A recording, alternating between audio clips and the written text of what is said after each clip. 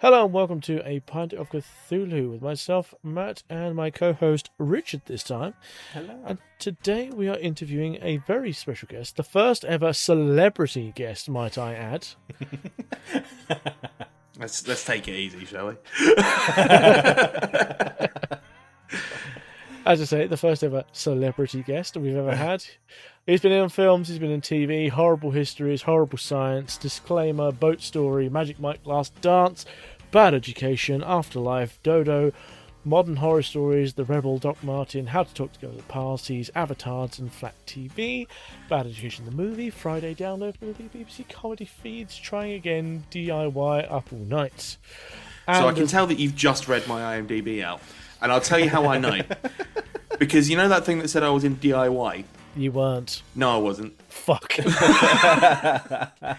That's some American writer and producer, I think. I have begged on bended knee in front of John IMDb to get it off of my IMDb. But he's like, no, once it's there, it's there. Cast in stone.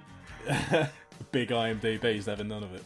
He's honestly, you can't reason with him. He won't have it. He's a dick. Actually, I'm just going to bring it up. Ladies and gentlemen, it is Ethan Lawrence. Oh yeah, sorry, yeah, here I am. I interrupted the flow of your intro. I apologise. So unlike me. That's fine. Rich, would you like to ask the very first icebreaker question for the first time for you?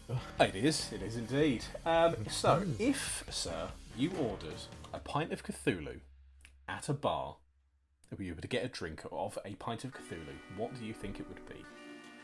I listened to Sean's episode of this. Sean, my co-host, I listened to this, so I knew this was coming.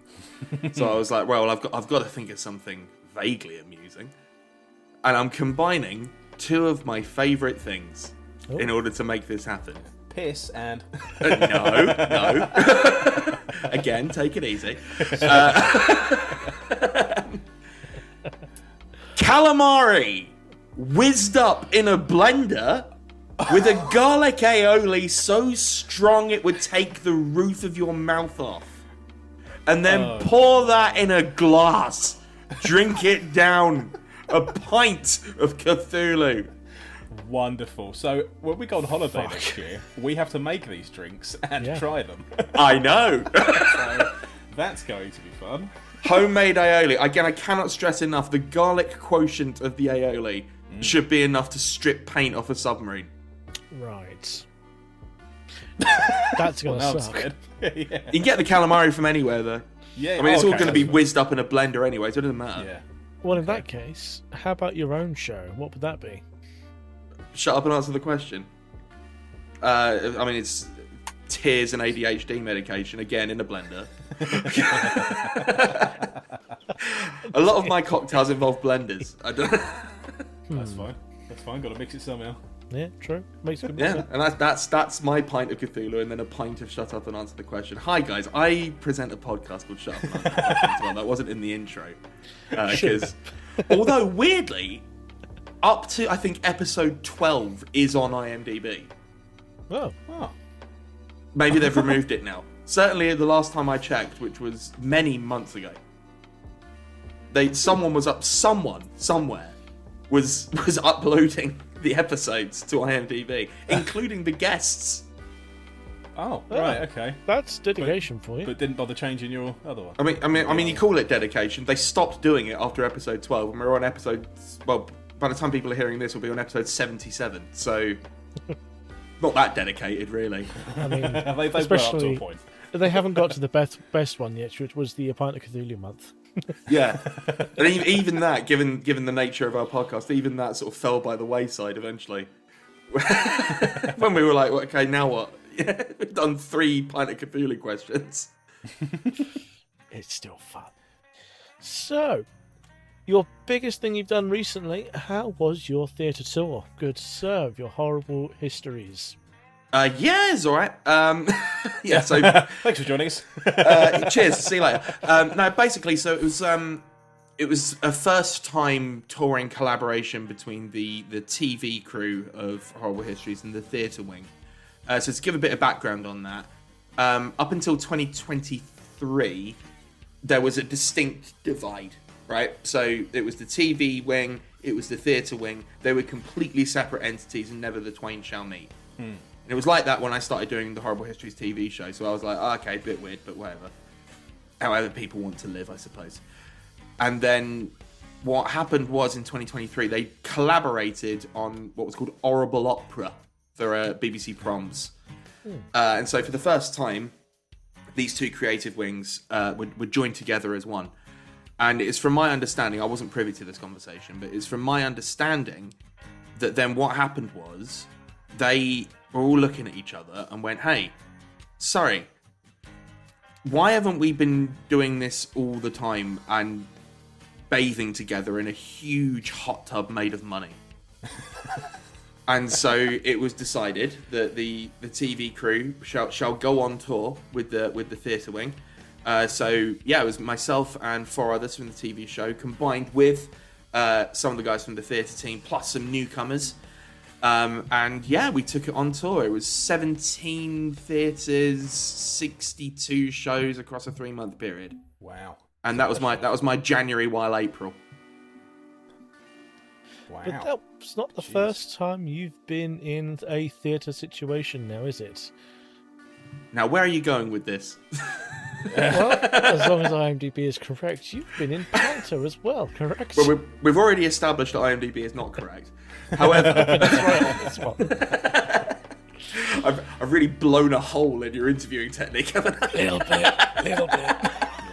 What can be trusted? Nothing. No, but that is true.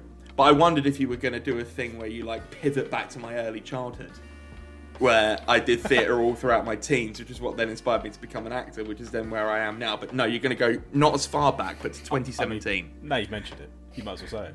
Mate, well, we'll get to that. The night is young. You assume we're professional interviewers as well. Yeah. I mean, I expected no more energy than I put into interviewing people, which if you've heard the podcast, which I imagine you have, is I write an intro and then we'll just see where it goes. Perfect. From there. But then I don't trust IMDb because I know the secrets. What was I saying? Panther, yes.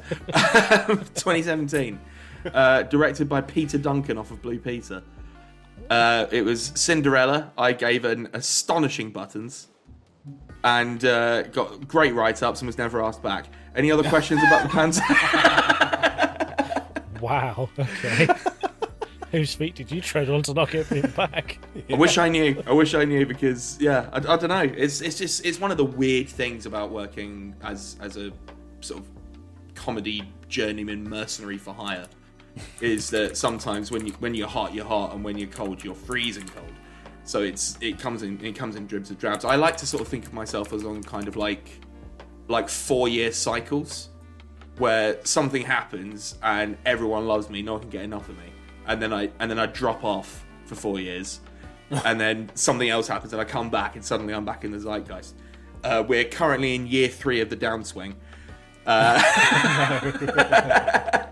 You say that, but the show was a success in Horrible Histories. It was. No, I kid.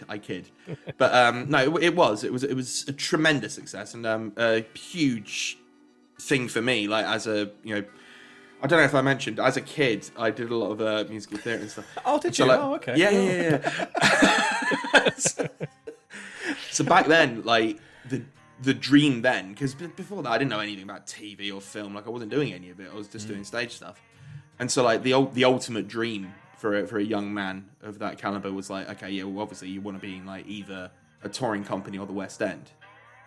So that was always the thing. And so then it was like, oh, I'm part of a touring company. It took 14 years, but we got here. I did it.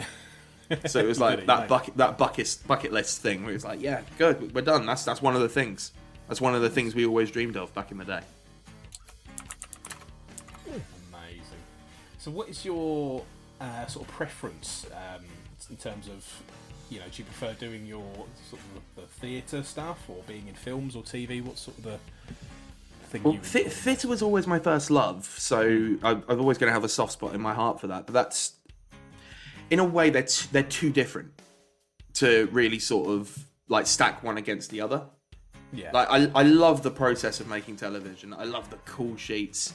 Like, you know, I love working for camera. I like, you know, collaborating with technical staff and everything like that. It's so much fun. And, you know, it's also been the bulk of my working career. So, like, you know, I'm very used to it and I'm very comfortable in those surroundings now. But theatre's so radically different. It's more wild. It's more untamed. I mean, like, doing the theatre tour sort of, it reminded me why I fell in love with theatre in the first place, because it is so much more free, so much more open, and then, my God, look, there's a bloody audience out there, like, reacting to it live, as opposed to waiting for it to come on the BBC in 7 months. Yeah. By which time I've forgotten everything that I've done, and any sort of... Oh, shit, yeah, I was in there. and honestly, it's so bad when it comes to Horrible Histories, because we're churning through the sketches at such a rate. Yeah. Like, when I watch it back, like I've genuinely sat there looking at my face on the screen, saying words coming out of my mouth, and I'm like, I have no memory of any of this. I mean, I'm clearly there, so it obviously happened, but I feel like I'm giving myself a false memory syndrome. But no, it is to answer your actual substantive question, they're two different. I love both of them, and I would cherish the opportunity to do theatre again. But then I cherish the opportunity to do any work, because that's the nature of being freelance. Yeah. Like, you know, you take what it comes, and you're happy for the work. So with that, what would you say is the hardest thing about doing any of them? As in, do you want me to go through each one and say which one's the hardest bit, or just in general? Yeah, if you fancy. Yeah, just in general, or depends on how hard you want to answer the question. All right. Sure. How deep do we go this early in the talk? A scant quarter of an hour in. Right, here we go. So, one of the things that I learned about theatre quite quickly is that it's exhausting. The travel destroys you. Like, just, and then there's the displacement of being away from home. Like, you don't realise, like, how sort of tied you are to a place until you're completely separated from it. I felt like a nomad. It didn't help that I'd chosen as my accommodation for every venue that I went to, I chose a Premier Inn. And nothing makes you feel more displaced than being in a set of identical rooms. Same walls. For Same 3 beds, months. Same purple. Same decorations. The same purple. And having now been in, I think, over the course of... So, the first 2 weekends of 2026, I wasn't in a Premier Inn, because I was doing the rehearsals in London, so I was just commuting in. But every weekend subsequent to that, I was in a Premier Inn. For, I think I was in 19 in the end. Wow. That's a lot of Premier Inns. That's a lot. And I can confirm they're all the same, all of them. And so the only way I'd remember where I was is just stepping out of the foyer. And I'd be like, oh yeah, Nottingham, I remember now. Can you confirm if Lenny Henry was in any of them? Because famously he loves I can't confirm if he was in there. He might have been. I didn't see him. But that doesn't mean he wasn't there. I don't want to preclude the idea that he wasn't, like, hiding in a drawer or something. Or is he in all of them? Who knows? Oh, he's a busy man, and there are a lot of outlets. It's possible that he was in one that I was in, but our paths never crossed, you know. Ships passing in the night. I was in Liverpool, he was in Manchester, and it's like, oh, I was just there. If only. I could have bullied him for an upgrade to Premiere Plus. He's the man to talk to. I only got one on the whole tour, and it was more by luck than judgment. I turn up at Sheffield, right? And bear in mind, we were only doing 1 day in Sheffield, so it was like, I'm in the day before, do the show overnight, and then go home. So it was only 2 nights, which is less than it was for a lot of other places.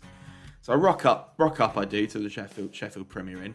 In I go, and there I go, hi, Ethan Lawrence checking in, and lady behind the counter goes, oh, do you know we've had a cancellation? Do you want Premiere Plus?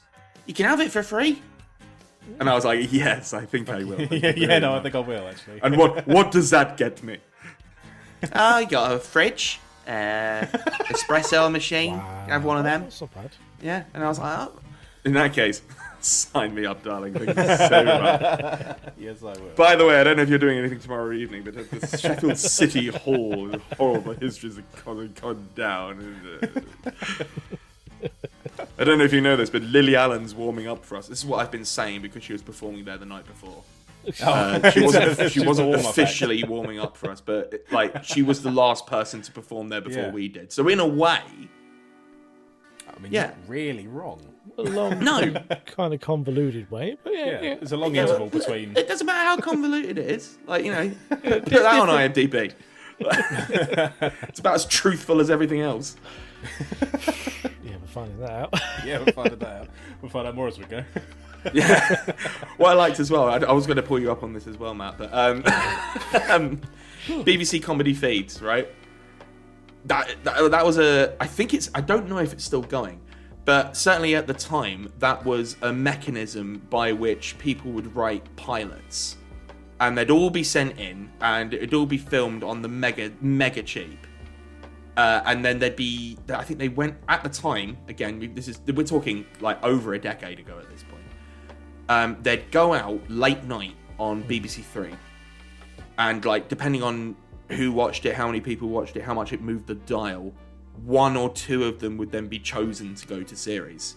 Ooh. So strictly speaking, when it comes to BBC comedy feeds, I was in a project involved in that had a name that is now unfortunately lost to the mists of time.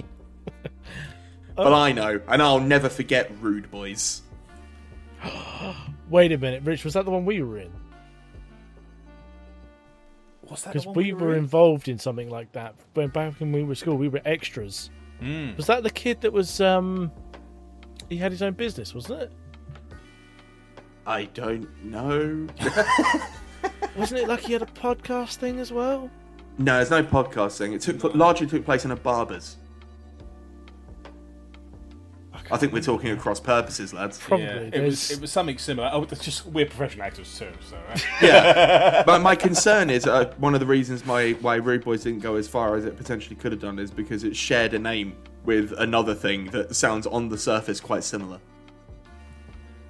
That's how different my life would have been now if Rude Boys had been picked up for 6 times 30 min. But it wasn't to be. No. And now it exists on a USB drive that I believe I've lost. Oh. So gone forever. Lost media, unfortunately. You'll never be able to see me in my pants. You probably will. There's other things I've taken part in.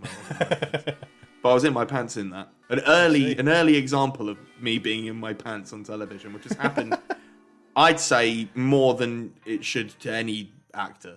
I don't know why it keeps happening, but it does. You've also had your arse out on Tilly, if I'm not mistaken. Twice, I believe. Now, did you see my bum in Rude Boys? I haven't seen either of them. I think you might have done. You might have seen my bum in Rude Boys. The memories are so unclear now; they fade. Do some googling quickly. Hold on. Yeah, just hop on that. Let me know. Certainly, I was presented as being naked from the waist down, but I'm not sure if there was a specific butt angle for everyone to look at. There definitely was in Murder They Hope.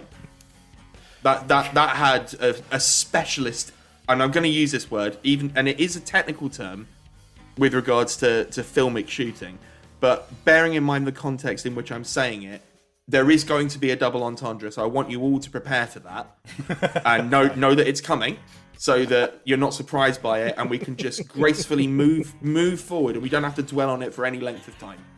Okay? So I know my ass was involved in an insert. And guys, come on. I did carry on. Yeah. So it was involved in my ass was involved in an insert. There was an insert of my ass. Which ended up in the completed broadcast.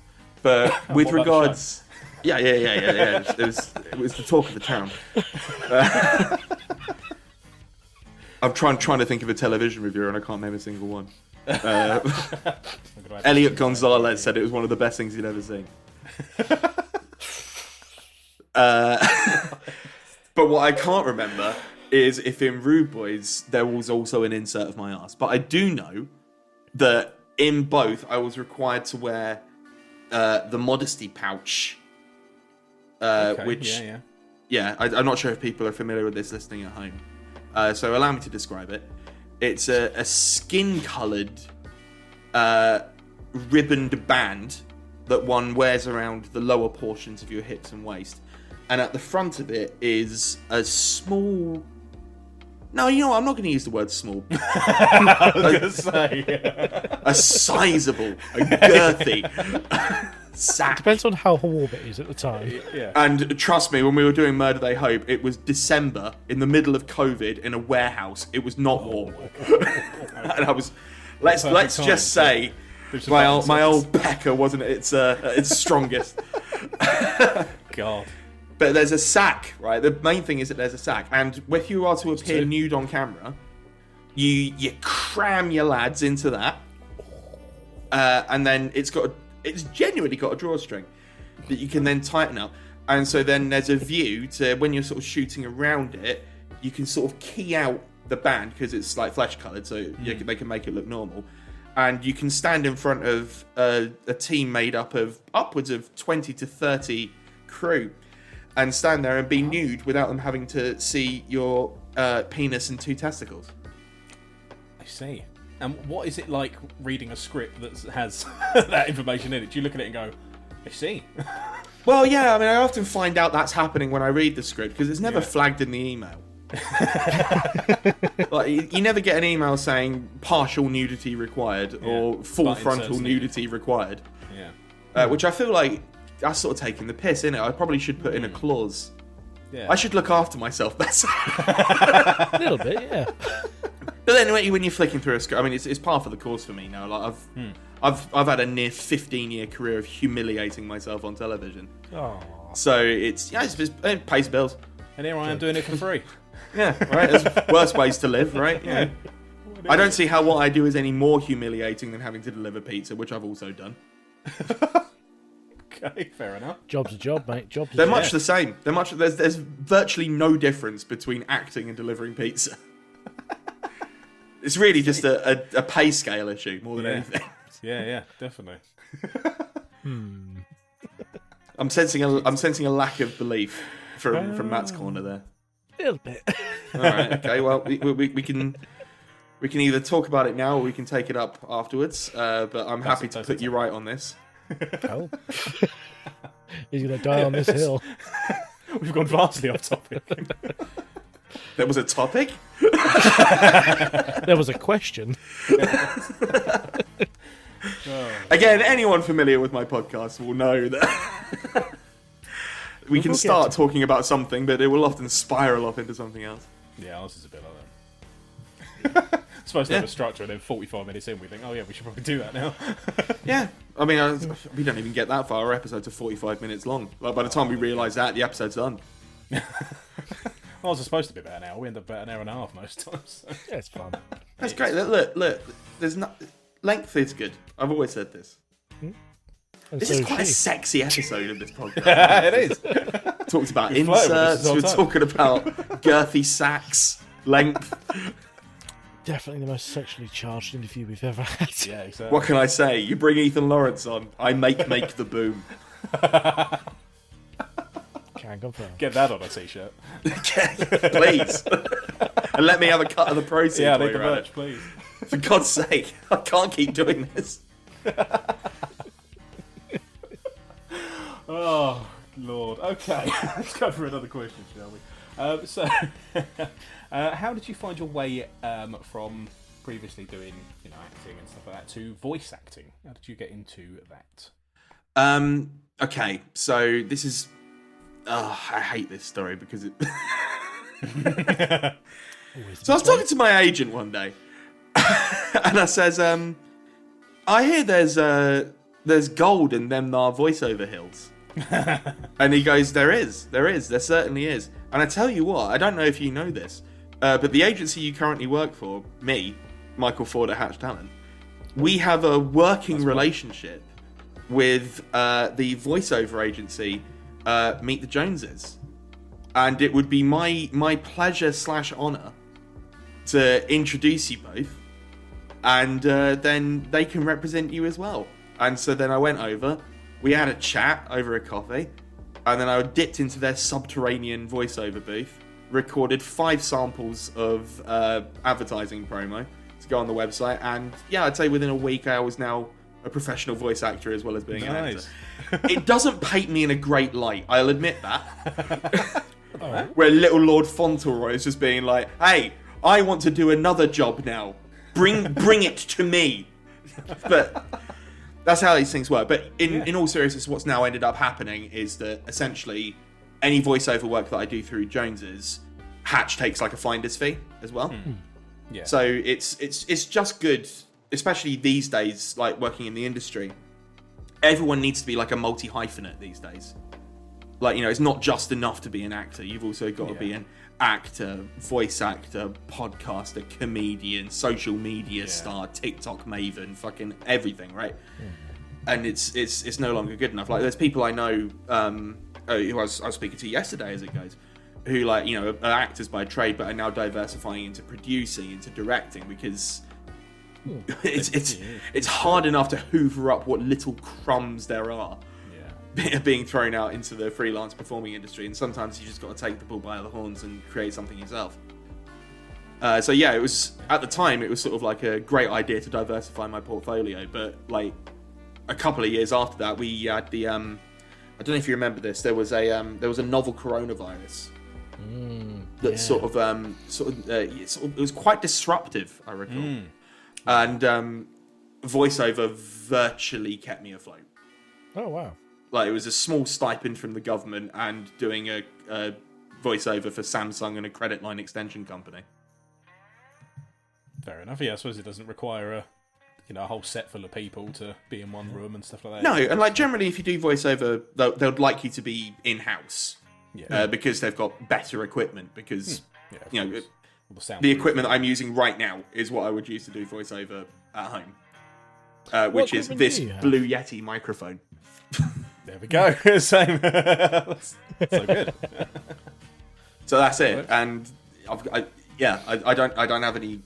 I don't have a studio. I don't have any baffling, so it's hard to sort of cushion out outside noises. Yeah. And generally, it's nicer because then you'll have a director in there and they can help guide you through it and everything like that.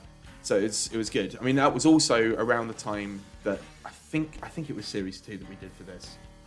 One of them was under COVID, but I was doing a dub for a German Netflix show called How to Sell Drugs Online Fast. Right, okay. And it was one of those things where it was like we did series 1 or maybe series 2. I can't remember if it was 2 or 3 that was done under COVID conditions. But either way, it was like, oh, well, I guess everyone's got a lot of free time, so we might as well just do this. And so it was essentially a whole week of me sat hunched in front of a microphone under a blanket, arguing with people about how to interpret a lip movement and seeing if we could maybe convert the English dub into something approaching what they're trying to do. Dubbing's hard. I can't imagine how tricky it is for a language that doesn't sort of directly stencil on to English, because German's our sister language anyway, so it's not so bad, but you can see why some Japanese dubs are so horrendous, because the mouth movements of Japanese, it's not even vaguely similar to English. So fair play, and shout out to my dub boys. I know you're much maligned in this industry, but you're doing solid work, and I count myself among you. So bit of a tangent here. Is your Yeti pre Logitech or post Logitech?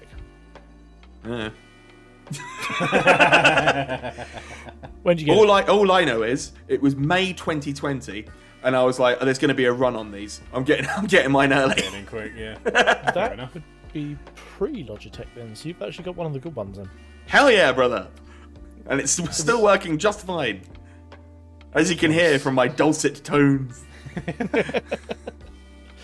So, out of everything you have done, have you got a specific favourite? Oh, it's like asking me to choose my own child, my favourite child.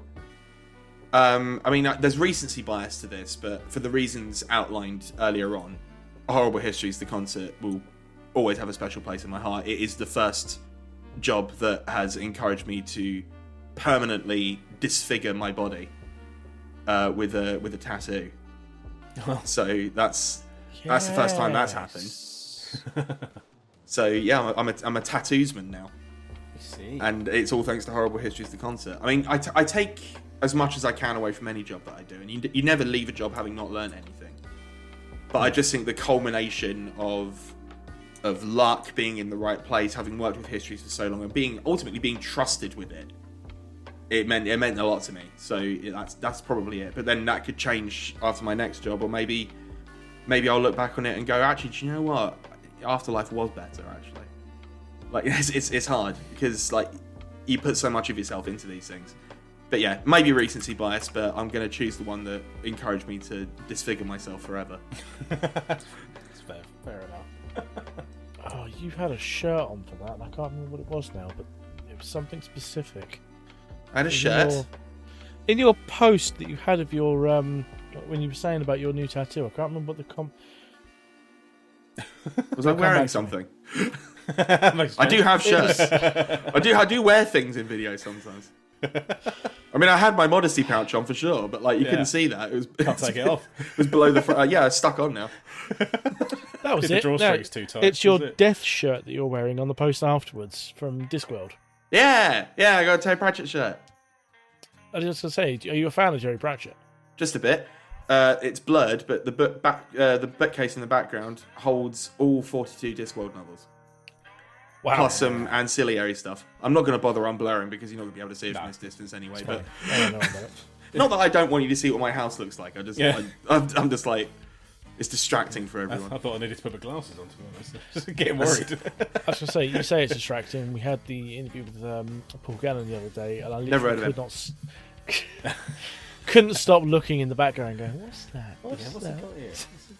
I was So doing you a know, voiceover thing recently, and one of the creative buds was zooming in from home, and he had manufactured a situation where his background was blurred, but he, a very white man, wearing a white t-shirt, was sat against a white background while a skylight bathed him in sun.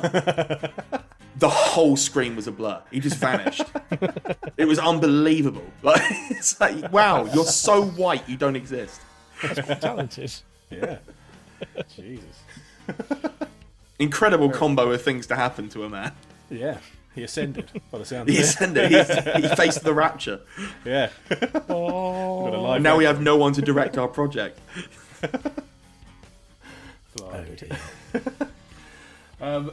Okay, so is there any particular role that you would love to play? Is there anything that stands out to you that you think, yes, I definitely want to be Oh, involved? and no one ever likes the answer to this question. Because the answer is, I don't know.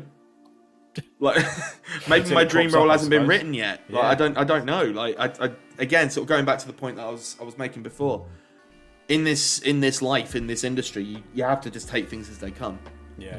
And like, you know, outside of like, you know, the real classics like your Shakespeare or your previously existing bodies of work that still get re-upped and upped and up. Like my principal role is in television. And I guess there's more remakes happening now, but even then it's not going to be sort of like, you know, I want to be David Jason's Del Boy. Yeah, that's not really a thing. So yeah, no, it's whatever comes next, I guess. I mean, oh, sorry, go on, Matt. No, sorry, carry on. Oh no, I was done. I was just rambling. I was going to say, to take a quote from you, to define the parameters.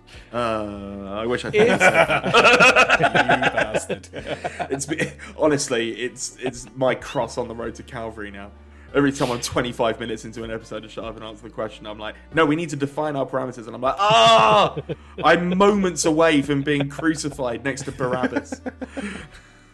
So, defining your parameters. Say it was you could choose any film that has been done, and if you had any choice of part, what would it be? I know you're a fan of the podcast, Matt. Yeah. So it'd be unfair for me to say anything other than Richard Roxburgh's Dracula in Van Helsing from 2004. a job that hardly shot into the heights of Hollywood fame. But you know what? It was good for the Australian film industry that Roxburgh was recognised thus. And like, you know, Hugh Jackman was in. There's a lot of Australians in that film. It's very much an obsession of mine, that film. I love that film. I think it's great. 2004's Van Helsing. Yeah. It's Yes. brilliant. Doesn't get the recognition it deserves. Kate Have you watched the Beckinsale in anime? there. Oh. Got David Wenham.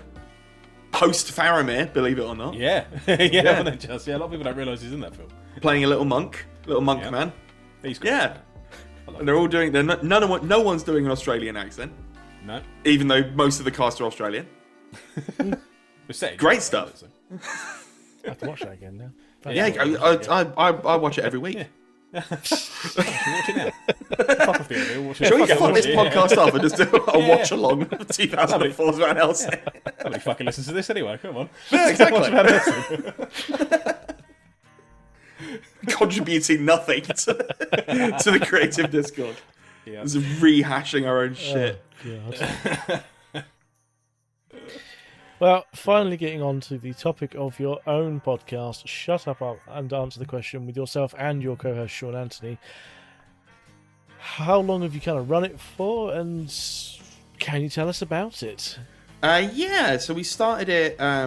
First of all, I think Sean told this story better. So if you want to go back and listen to the Pint of Cthulhu episode with Sean Anthony on it, do that, and then don't listen to this because I'm just going to be rehashing the same point.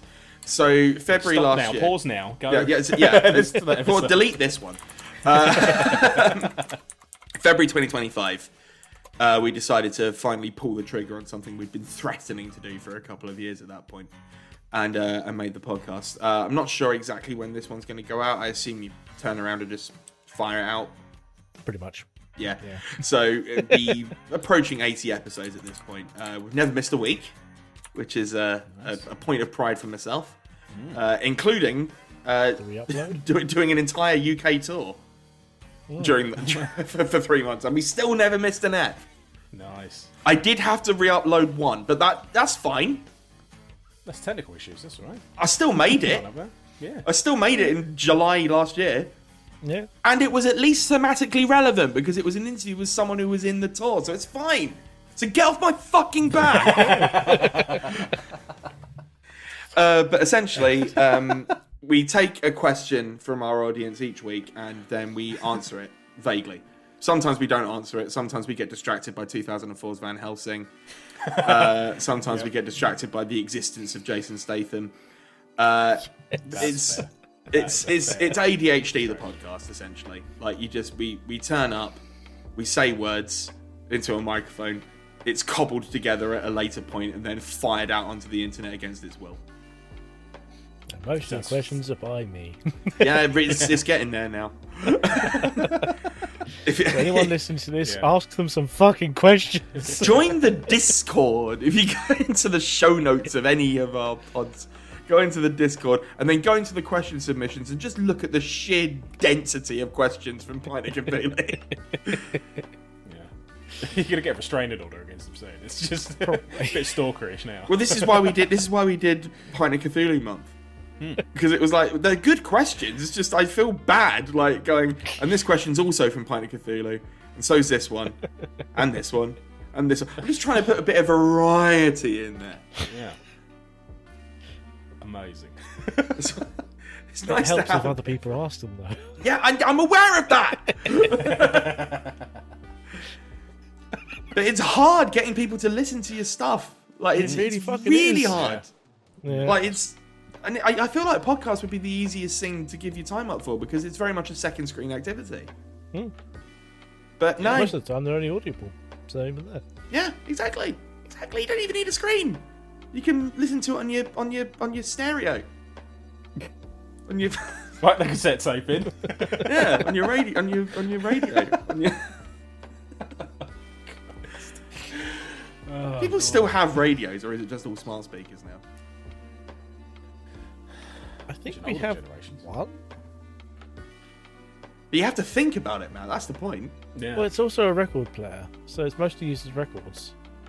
Even that. I sort of shit. remember we had when I was a little kid. We had it was a fucking beast of a thing because my dad was a big music buff, and it's right. Hold on to your dick for this, right? 2 cassette decks, right? Oh, A CD drive, right? And a record player on the top. I swear to God, this thing was about the size of a decently sized picnic hamper turned on its side. That was a bit anticlimactic. Sure. It was kind of a bit too big, but it did come with 2 speakers also. And obviously they were proprietary, so they had to be wired in. So really, the whole thing took up a decently sized sideboard. They did back then. They were huge. They were huge.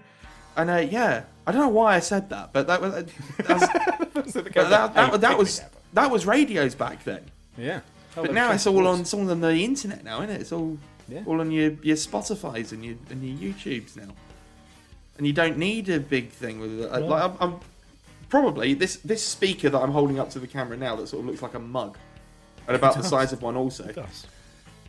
I've got radio on this. I can sync in with Bluetooth and anything like that, and it's probably louder than those speakers were back then because it's actually and clearer. Yeah, because condensing sound and everything like that. The technology has improved so much since the early 90s. Those were the days, though. Come on. Oh no! Yesterday I went out to I went out for a Horrible Histories the concert reunion, and we went to Bunga 90s, which is a 90s themed bar. Oh, like Flares for us. Yeah, back in the day. Well, it was 80s. Back at college. 80s would be Flares, I reckon. Yeah, 80s was. But you go in, it's on Covent Garden, and you go in, and it looks like to all your mind, it looks like a VHS store. There's all videos and stuff that you can buy, but like if you've booked and you speak to the lady, she'll open up what looked to be initially, right? Again, it's all illusions. It's a fucking riddle. It looked to be a vintage vending machine, right? But no, it's a door. Oh. It's a door, and you go through, and you are encouraged to activate the time machine. How does one activate the time machine? Why? One pushes a VCR into an old CRT television, all lights and smoke go off, the other door opens, and boom! You're in a bar. That's right. There's 90s karaoke going off. You can buy a cocktail called the Kevin, which is vodka and some other stuff served in a plastic rendition of Kevin McAllister's head from Home Alone. Oh, shit. It's genius. I had such a wonderful night. Match whiskey also. We have to go there. We have to go to this. Bunga 90s, I'm telling you. It comes highly recommended from me. It's a bit pricey. It's in Covent Garden. What would you expect? Covent Garden, yeah. But I also had the opportunity to sing Everlong by the Foo Fighters in front of a rowdy bunch of people who like the 90s. Yeah. Amazing. Why would you miss out on that? Why would you miss out on that? Yeah. It's especially funny because Grace, who was on the tour with us, it was her first ever job coming out of Performing Arts Academy School. So she was 21 at the time of the tour, 22 now.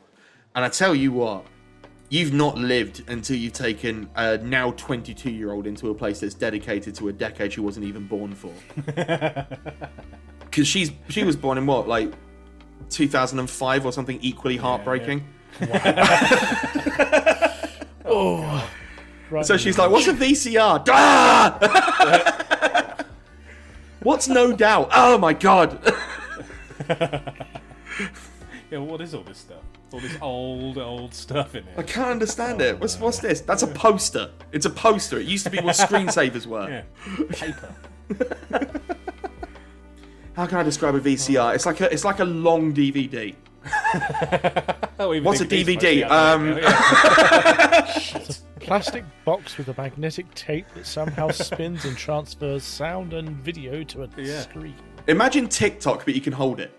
It's you can rewind it. And not as toxic either. Yeah. Oh, I don't know.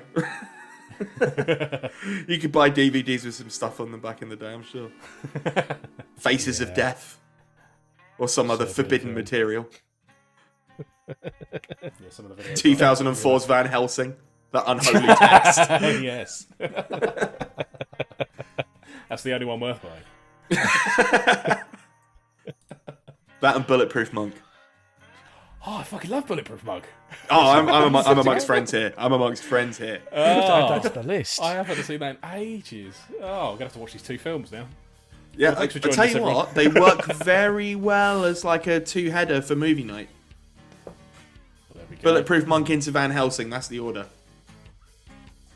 Because you'll be exhausted after Van Helsing because it ends and then keeps going for 45 minutes and it tricks you every time. That's very true. The wheel. Oh, I thought it was over. No, Dracula's gone to his haunted mirror castle, so you've got to go there now. No. Oh, right. I thought we'd solved everything. Not really, no. We're squeezing another half an hour out of this. No, because he lives in a mirror. But haven't we killed all his brood? Yeah, but he lives in a mirror. So we'll probably just make another one, even though he's down 2 wives now. This is all spoiler alert, by the way, for Van Helsing. But honestly, if you've not watched a 22-year-old film, fuck It's off. on you. Where have you been? That's on you. Where have you been? Yeah. Probably not born by the sounds of it. You can't protect people from these sorts of things. Like, it's like there has to be a statute of limitations on spoilers, I think. Yes. Yeah. I definitely think 2004 is probably well past that stature. I'd be inclined to agree. I'm even side-eyeing 2022 at this point. Yeah, I can see that. But then what came out in 2022? Nothing of note, I would imagine. I don't know. I can't remember that far back. Do you know what? I'm going to Google it. You can't remember that far back, but you can remember Bulletproof Monk of Van Helsing. Because they were such good films. But I remember VHSs as well. Oh, do you know what came out in that time? Go on. I believe, if I'm seeing this correctly, one of the Lord of the Rings films. All right. Spider-Man. Which one? Ice Age. It looks like the original. Signs. Wait, were you looking up 2002 or 2022? Oh, we're talking about 2020. Yeah. I was thinking, Lord of the Rings in 2022. I was going a bit cross-eyed then, because I was like, what? Jurassic World, Spider-Man Into the Spider-Verse, Wakanda Forever, Aquaman, Avatar 2. Yeah, so nothing of any value. No. Let's go back to 2002. Oh, it's like being on my own podcast. No, wait, there's a theme. What do you want to know?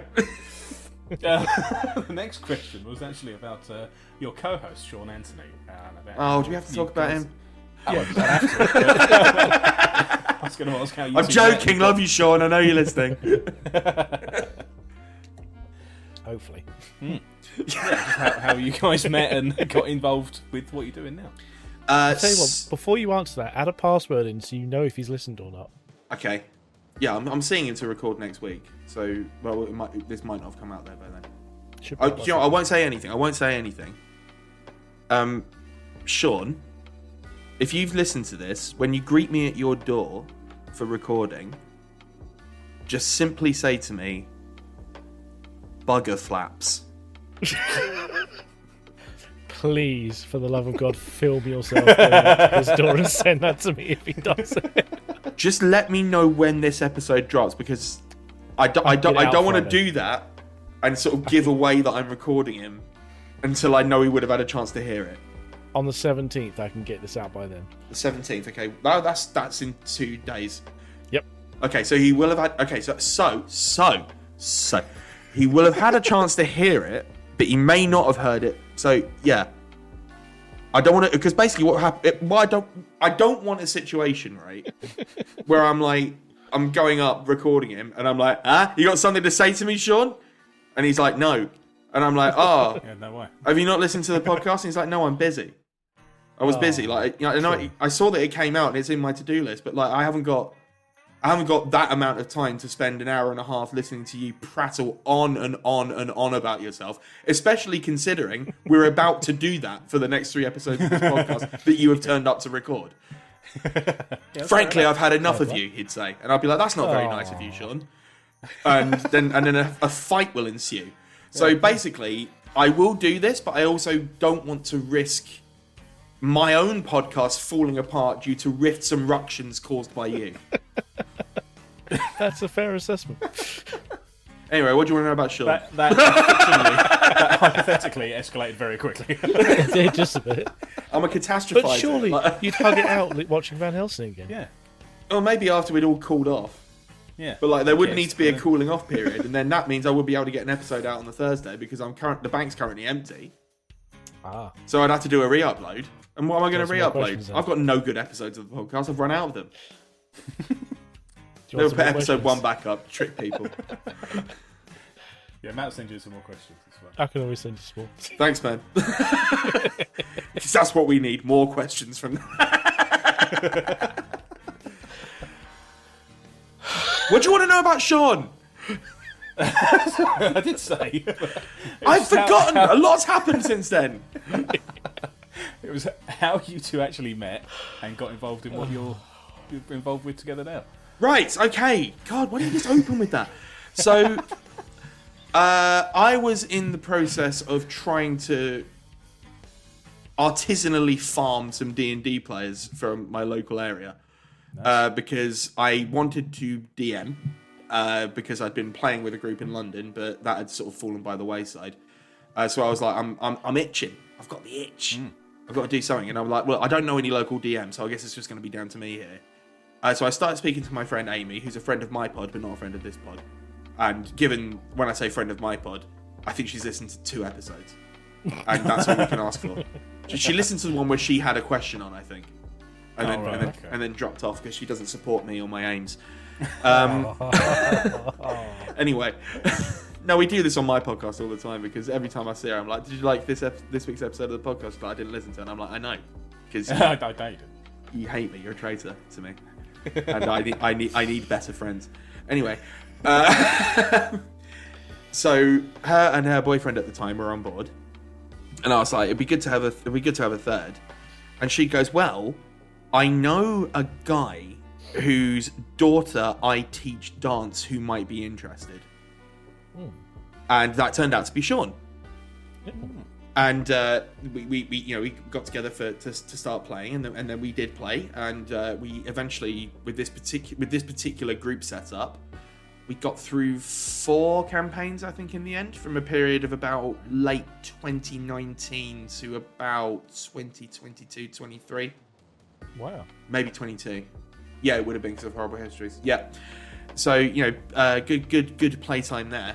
And over the course of that, as I'm sure you know, playing with a group that regularly and that often, you become quite close. You become firm friends.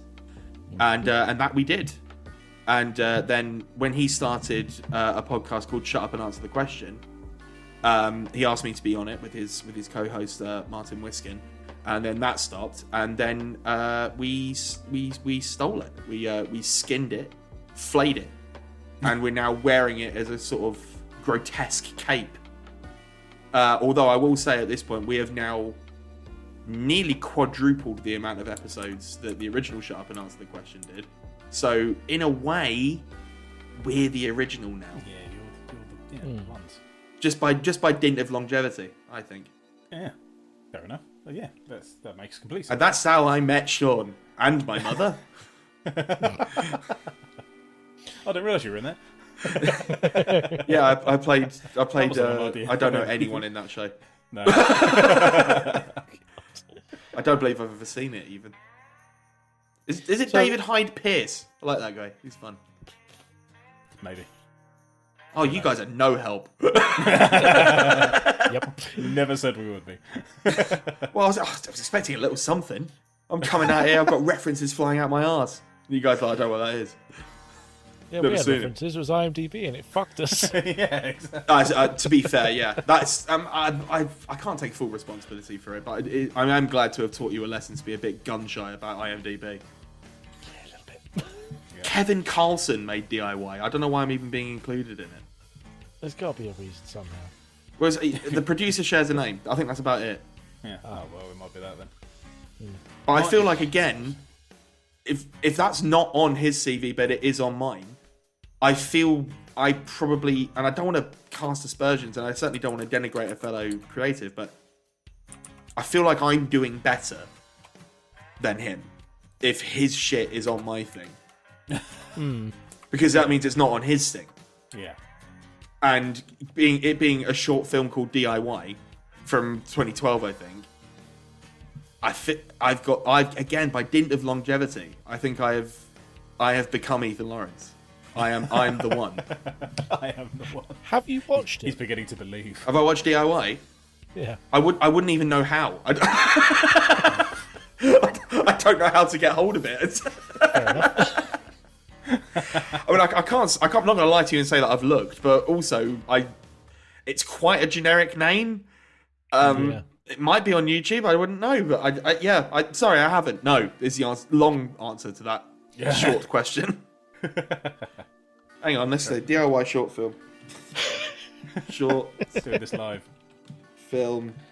Where to watch? We find a lot of them. DIY short film. Where to watch? Thank you, Google AI. That's really helpful.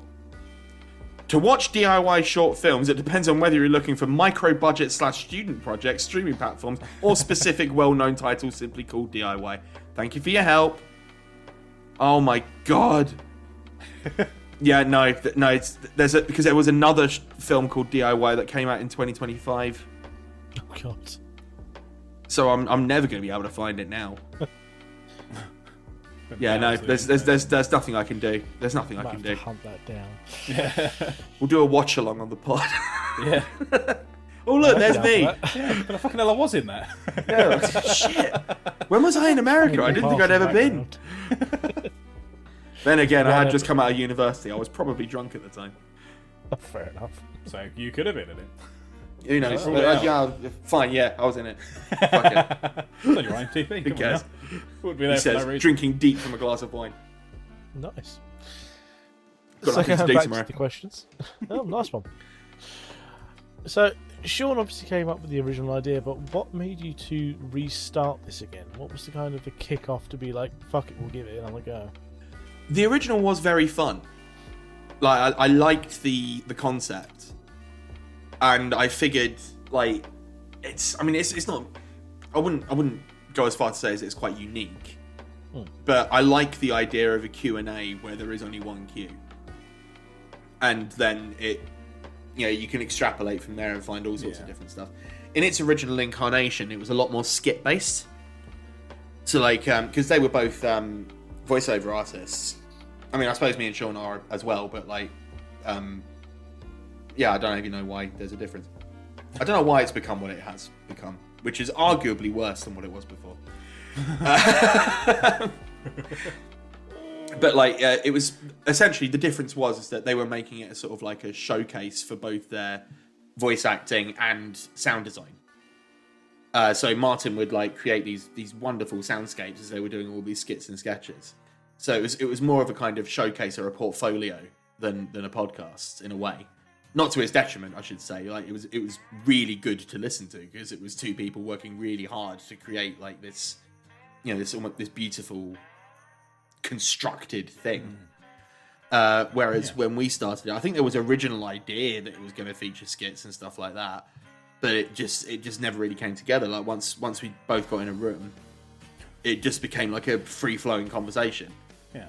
And subsequent to that, like when we started getting guests on, like we were initially very nervous about that because it was like trying to open up this world to someone else. But what we've found generally is that because the stakes are comically low on this podcast, like it really puts people at their ease. Yeah. Because like I'll be talking to someone and like doing my job as a producer, getting guests on the show, and they'll be like, "Oh, do I need to bring anything? Do I need to prepare anything?" And I'm like, "It would actually be worse for you if you did bring something to prepared." Just turn up. Like honestly, just bring yourself and just give yourself over to the chaos. And it's ended up being quite nice because we get a nice mixture of silly knockabout answering the question fun, combined with sort of deep dives into people and topics that interest us. Like one of our episodes that we still talk about all the time, just because of how interesting it was. We got a marine biologist called the Blowfish on, and he answered our question within 10 seconds and then just gave us a lecture on marine biology for an hour. And it was one of the most blissful hours of my entire life. Like just sat there just learning about the ocean and all of its denizens. And that's one of the things that ended up interesting us quite a lot, actually. Like, just getting a peek into people's lives and their creative process and what it's like. And we've been lucky to talk to a number of people. That's very exciting, and it's just really good. I like our guest episodes, but I also like our Just the Boys episodes. It's just me and Sean shooting the shit. You can just be silly. Yes, very, very silly.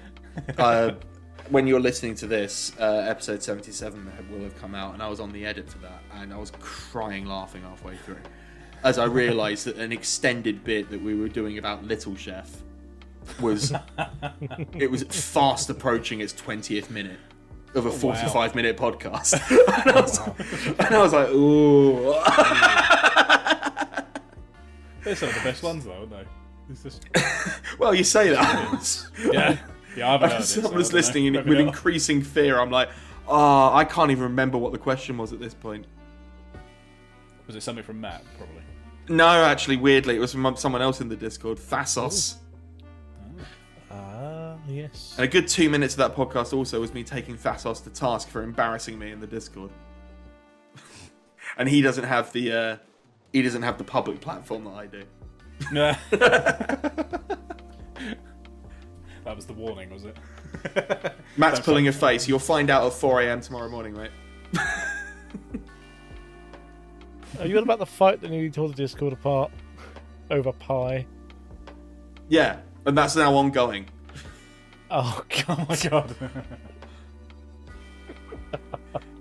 shit! I think Very people serious seem to subject. think that I don't hold a grudge, but I do a lot.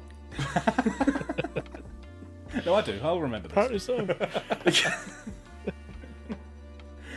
Oh, Lord. Like, black pudding is not a dessert. I'll point that out now. Yeah, it's not. That's not what the argument's about anymore. It's Oh shit! It's evolved. it's Thasos lying to me. Yeah. Like, I can't go through this again. Like, It's not for this podcast, alright? the point is, right? No, do you know what? I am actually going to have it out here. I think actually in more places it's actually useful, right? I knew that was coming. He said, right? No, listen. He said, because I'd said that I thought the reason for the confusion was because he's an international listener. Because at that point, all I knew about Thasos is that he lived in Cyprus, right? Yeah. And then he said to me, I'm not an international listener. I'm from the UK. I just currently live in Cyprus. And I'm like, fair enough. You're still an international listener, though, because you're listening from Cyprus. Yeah. Like, if I go to my download numbers and break it down by country, it'll be from Cyprus. So don't fucking tell me, right, that you're not an international listener, because you are, right? And don't embarrass me in front of all my friends. He might be an English international listener, but he's still an international because he's not in England at current. Right.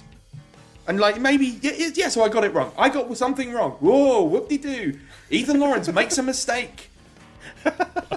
Tell that to the Daily Express. Tell that to Lad Bible.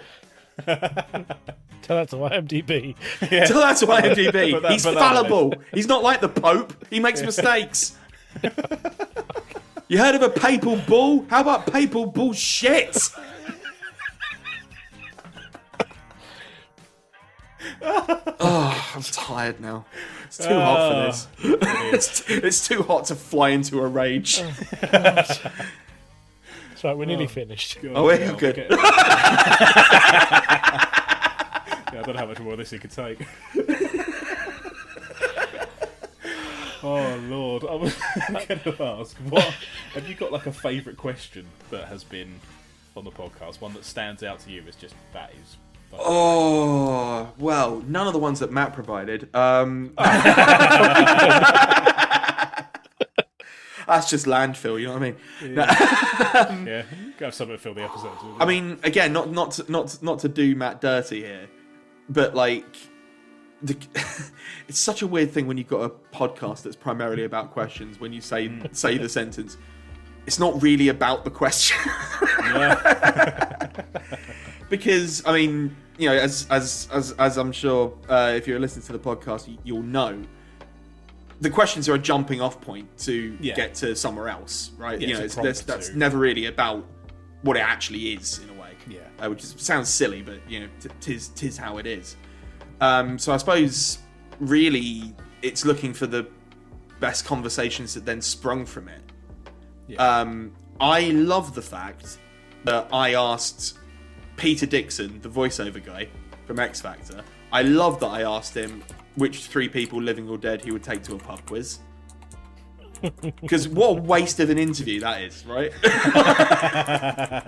And I think that's what I like, the futility of it. I like having people on who have like very, who are really important figures in their field, and bringing them on and asking them an inane question. I really enjoy that. Seeing how they cope with it. Yeah, it's fun. It's fun, right? Humanising. It's humanising. It forces them to think, and I like that. We asked Danny Wallace, author, podcaster, radio host, one of the co-writers of the 21st century in a lot of ways, especially from a British perspective. And we asked him if he'd rather start at 6 foot in the morning and shrink down to 6 inches in the evening, or start at 6 inches in the morning and grow to 6 foot over the course of the day. That was one of mine. Oh, was it? Oh, yeah, okay. Well, you got one. Look at you. Yeah. Well done. Well done. And we forced you onto Danny Wallace against his will. That's why he's never been back. Oh yeah. But no, it's so it's sort of less of a question thing and more just sort of where we end up that I quite enjoy. And when we both realise we're on a bit and we're on a riff, it can feel very electric. Yeah. And again, this episode coming out tomorrow is one that I really did enjoy, because we ended up on the topic of Wigan slappies. I'm not sure if you're aware of this, a Wigan slappy. Pucker pies. They put a chicken tikka pucker pie in a bun. Are you okay? Yeah. I just hiccuped. I was going to say, are you having a stroke on the Do we need to call someone? I just had a hiccup, all right? I'll tell you if I'm struggling. That's when he keels off out of camera. It's a chicken tikka pucker pie in a bun. In a bun, yes. Yeah, yes, a Wigan slappy. And I don't know that's what it was called, but yes, I have seen.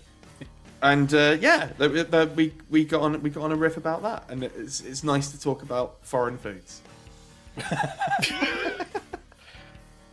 But why is the bun necessary? That's what I want to know now. Matt, you'll be very pleased to know we interrogate this over the course of the pod. About the need for a bun when you've already got pie crust. Yeah, it's already contained. Completely superfluous. Everything's better in a sandwich, right? So it's just the greedy Wiganites putting their pies in bread.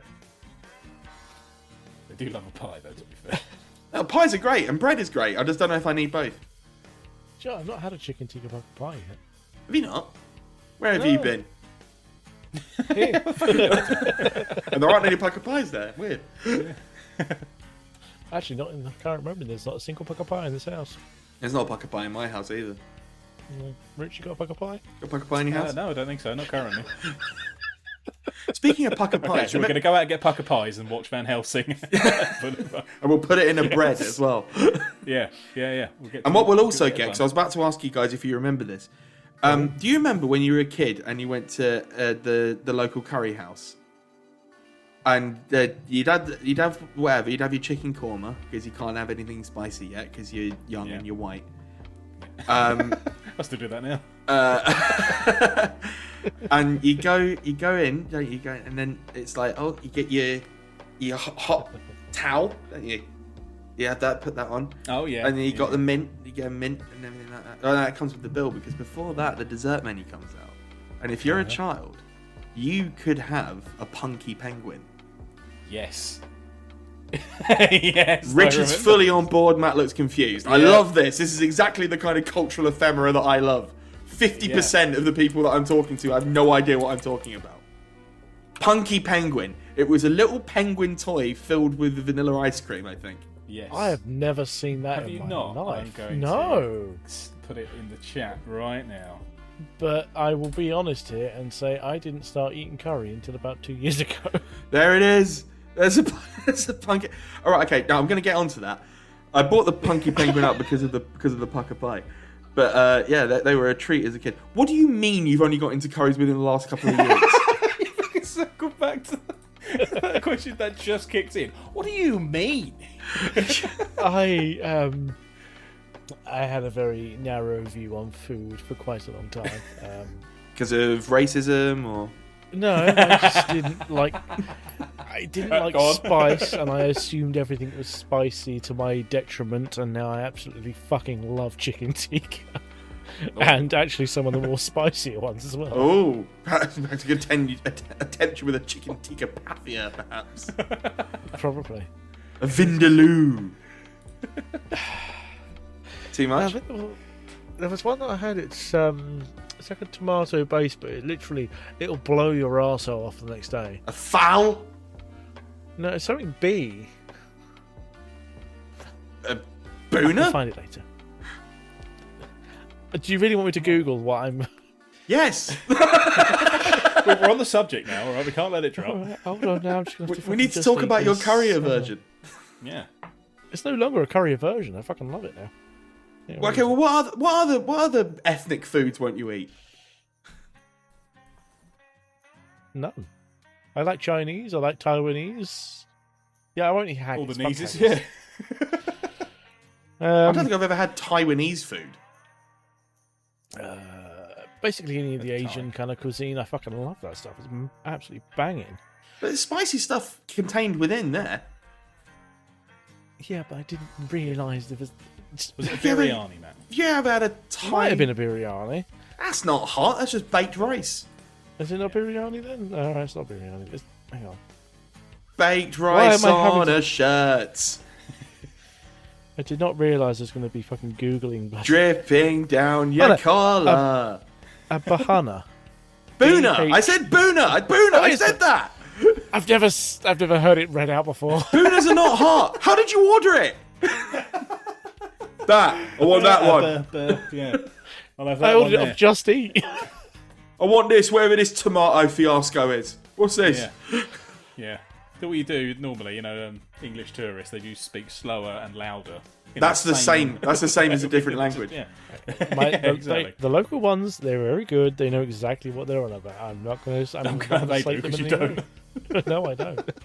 So we didn't go that much spicier. If you're telling me that a boona blew your ass off, like if a boona's making you prolapse, and I don't know, you'll never have a vindaloo. You'll never have a madras. Might have not been a bit. I don't remember, He to doesn't be know. honest. Let's move on. That's absolutely not About moving Matt's on. prolapse. Like, I'm style. thinking. I'm thinking. Okay, do you want to know the hottest thing I've eaten? I'd love two it. Two Carolina Reapers in one go. Right, so you'll have that, but you only had a curry 2 years ago. No. You'll eat curry. You'll eat chilies by the handful, but you won't. But you won't have a curry. Yes. And meanwhile, you're going to Chinese restaurants. You're going to Thai restaurants. You're like, "Hi, I'll have a jungle curry, please. I'll have a glass noodle soup." And that's burning a hole in your stomach lining. But you're like, but it's not the same as a curry. The Indians make it I just hotter. didn't know. Hang on, this is supposed to be us interviewing you, not you. Yeah, we've turned this interview around. Oh, fucking hell. Must take back control. Yeah, I bet that's what you said when you went into the curry house and all. Oh, no, Won't have none of that. As far as I'm aware, leave means leave. And yet you're still here. I'll have a boona, please. Yeah, one minute. I like their food. I have nothing bad to say about people. Right, no one take this out of context because it is a quote. Do you guys remember the sketch show Not the 9 O'Clock News? Nope. So it was early Rowan Atkinson, Mel Smith, Griff Rhys-Jones. It was a sketch show. Yeah. And in one of them, it was in the 70s, maybe early 80s. And in one of the sketches, Rowan Atkinson is playing the Prime Minister. A conservative Prime Minister, no less.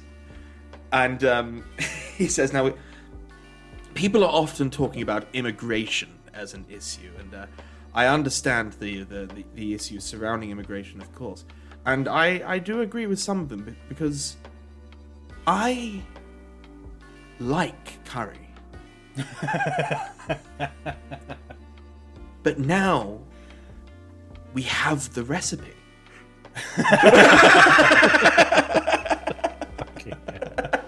Nice. Oh. And And then I believe that speech was parroted, but entirely seriously, word for word, by a Conservative Prime Minister during the Mexico negotiations. And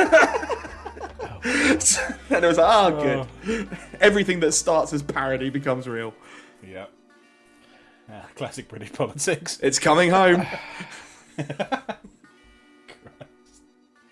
So steering clear of the political shitstorm that we could potentially find ourselves in here. Yep. That's What hardly kind going to of be a political aspiration- shitstorm, is it? I'm referencing a sketch show from the 70s that was intended as parody. I mean, who's going to be mad at that?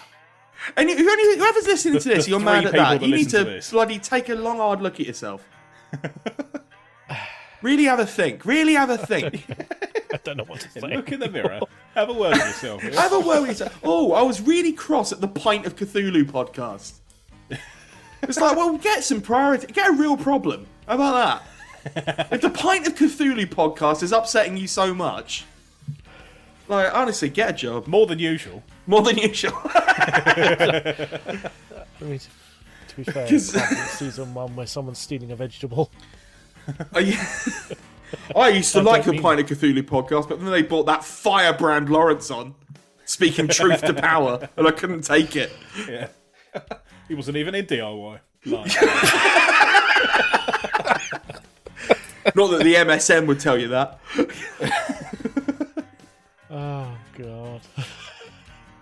I've loved every minute. This has been fucking great.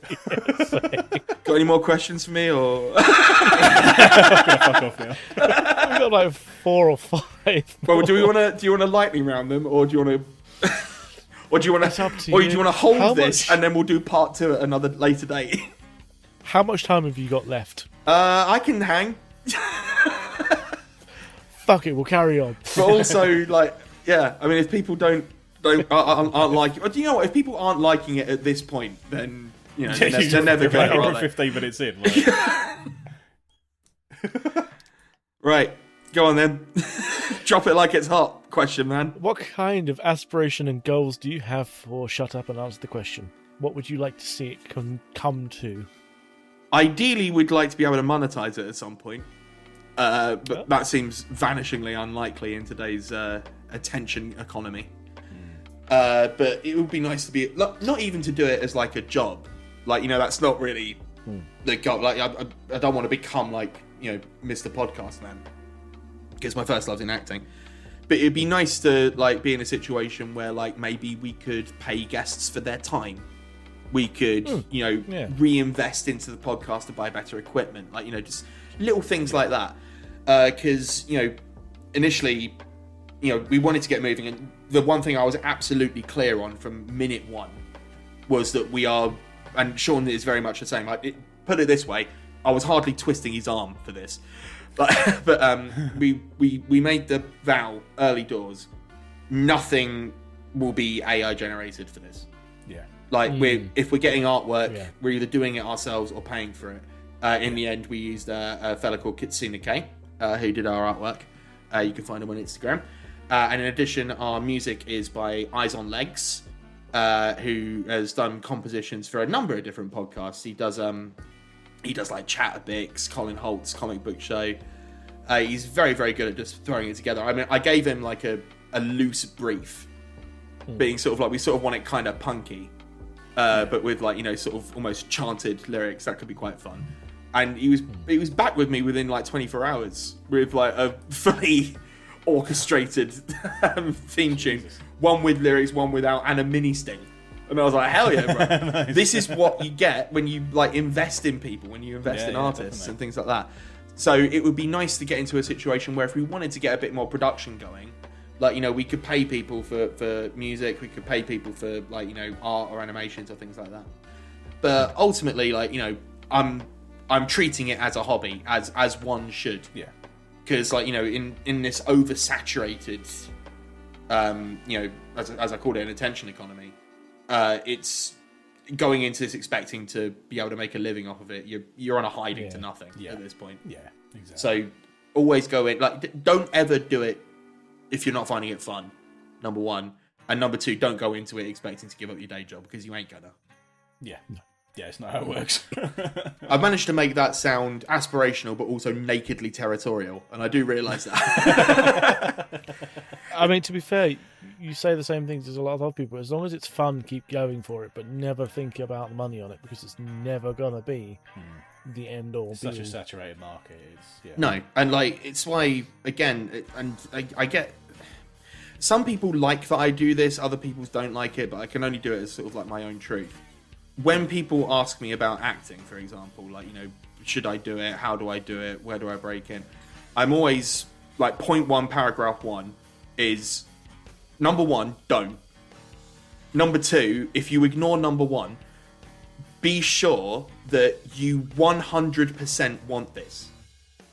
Because if there's even a part of you that isn't totally committed to making it work, you're taking up too much room. Like, you're going to get nowhere and you're wasting everyone's time. Yeah. Like, being an actor is hard. And, like, I know it's difficult sometimes for people to see that. Because it's like, you know, oh, yeah, sounds hard, doesn't it? Playing dress up and mucking around.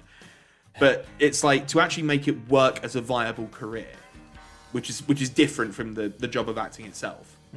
Like, you have to become your own publicist, you have to become an editor, you have to become, like, there's so much you need to do. Yeah. Just to start, and then to keep running in place, just to keep the whole thing working.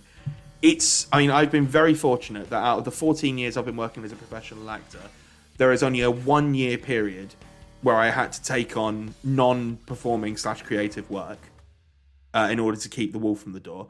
So I can say with some pride, I have been a professional working actor for 13 years.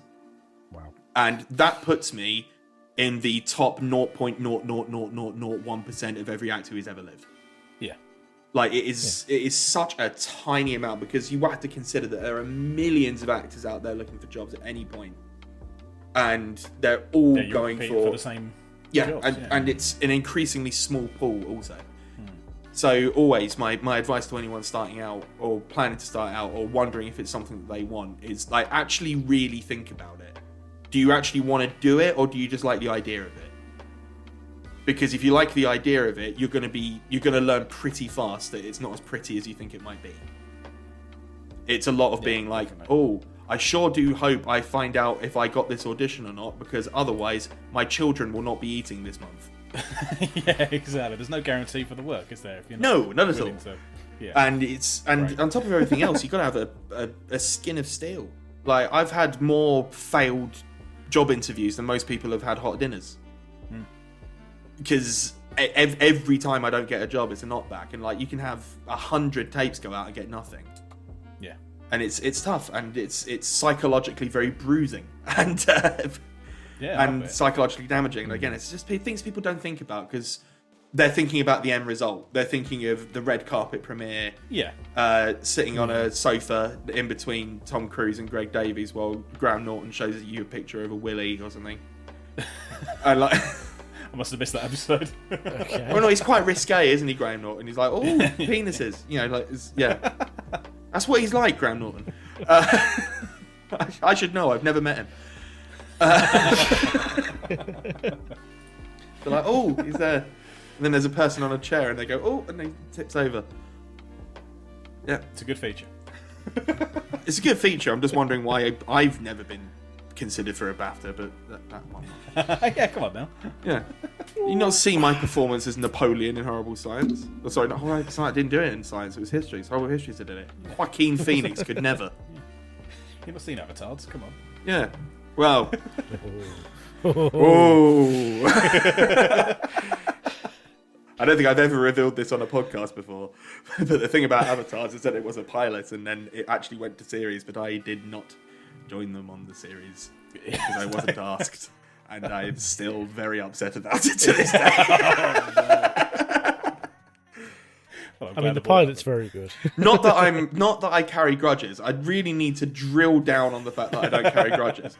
But this thing that happened to me 8 years ago, I still think about every single day.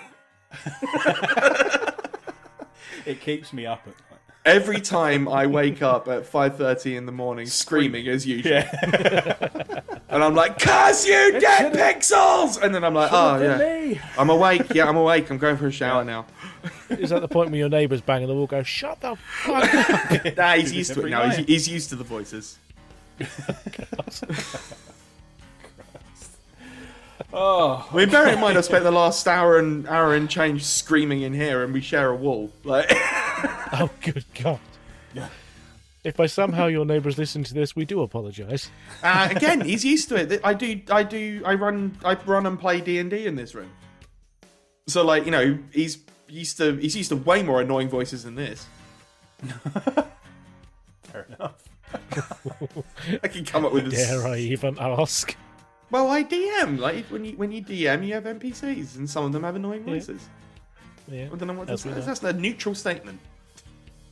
That was more of a case of what's your most annoying voice? Oh, probably any gnome. Yeah, that'll do it. Because I like to have them up here. Hello, gnome. Hey, how's it going? It's me, Jeremy the gnome. Annoying, right? I can imagine I after don't an know. hour or two that gets annoying. Yeah. It does, especially when one of my campaigns features lots of gnomes. Oh, good God. Hey, it's me, Jeremy the gnome. Hey, it's me, George the gnome. They all sound the same, just different names. Well, I did try to modulate it one time, and it was like, how does one do a low high voice? Hello. It's me, Barry the gnome. Gollum. Well, that's it, isn't it? Then you're into something else at that point. It's more goblin-y, isn't it? Precious. Oh, Lord. It's gone vastly out of hand. Now it has, you mean? Yeah, only at this point. Hour and 26 minutes in, now it's got out of hand. And you know what? I was hoping it would. Yeah. Oh, definitely.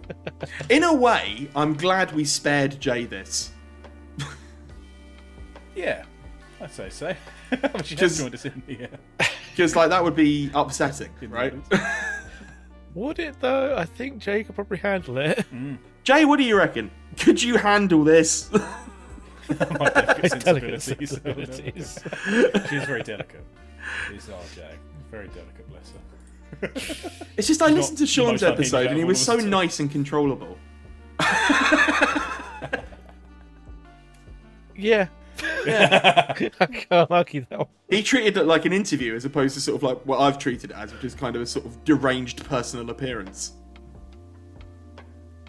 Everyone has their way of doing things, I suppose.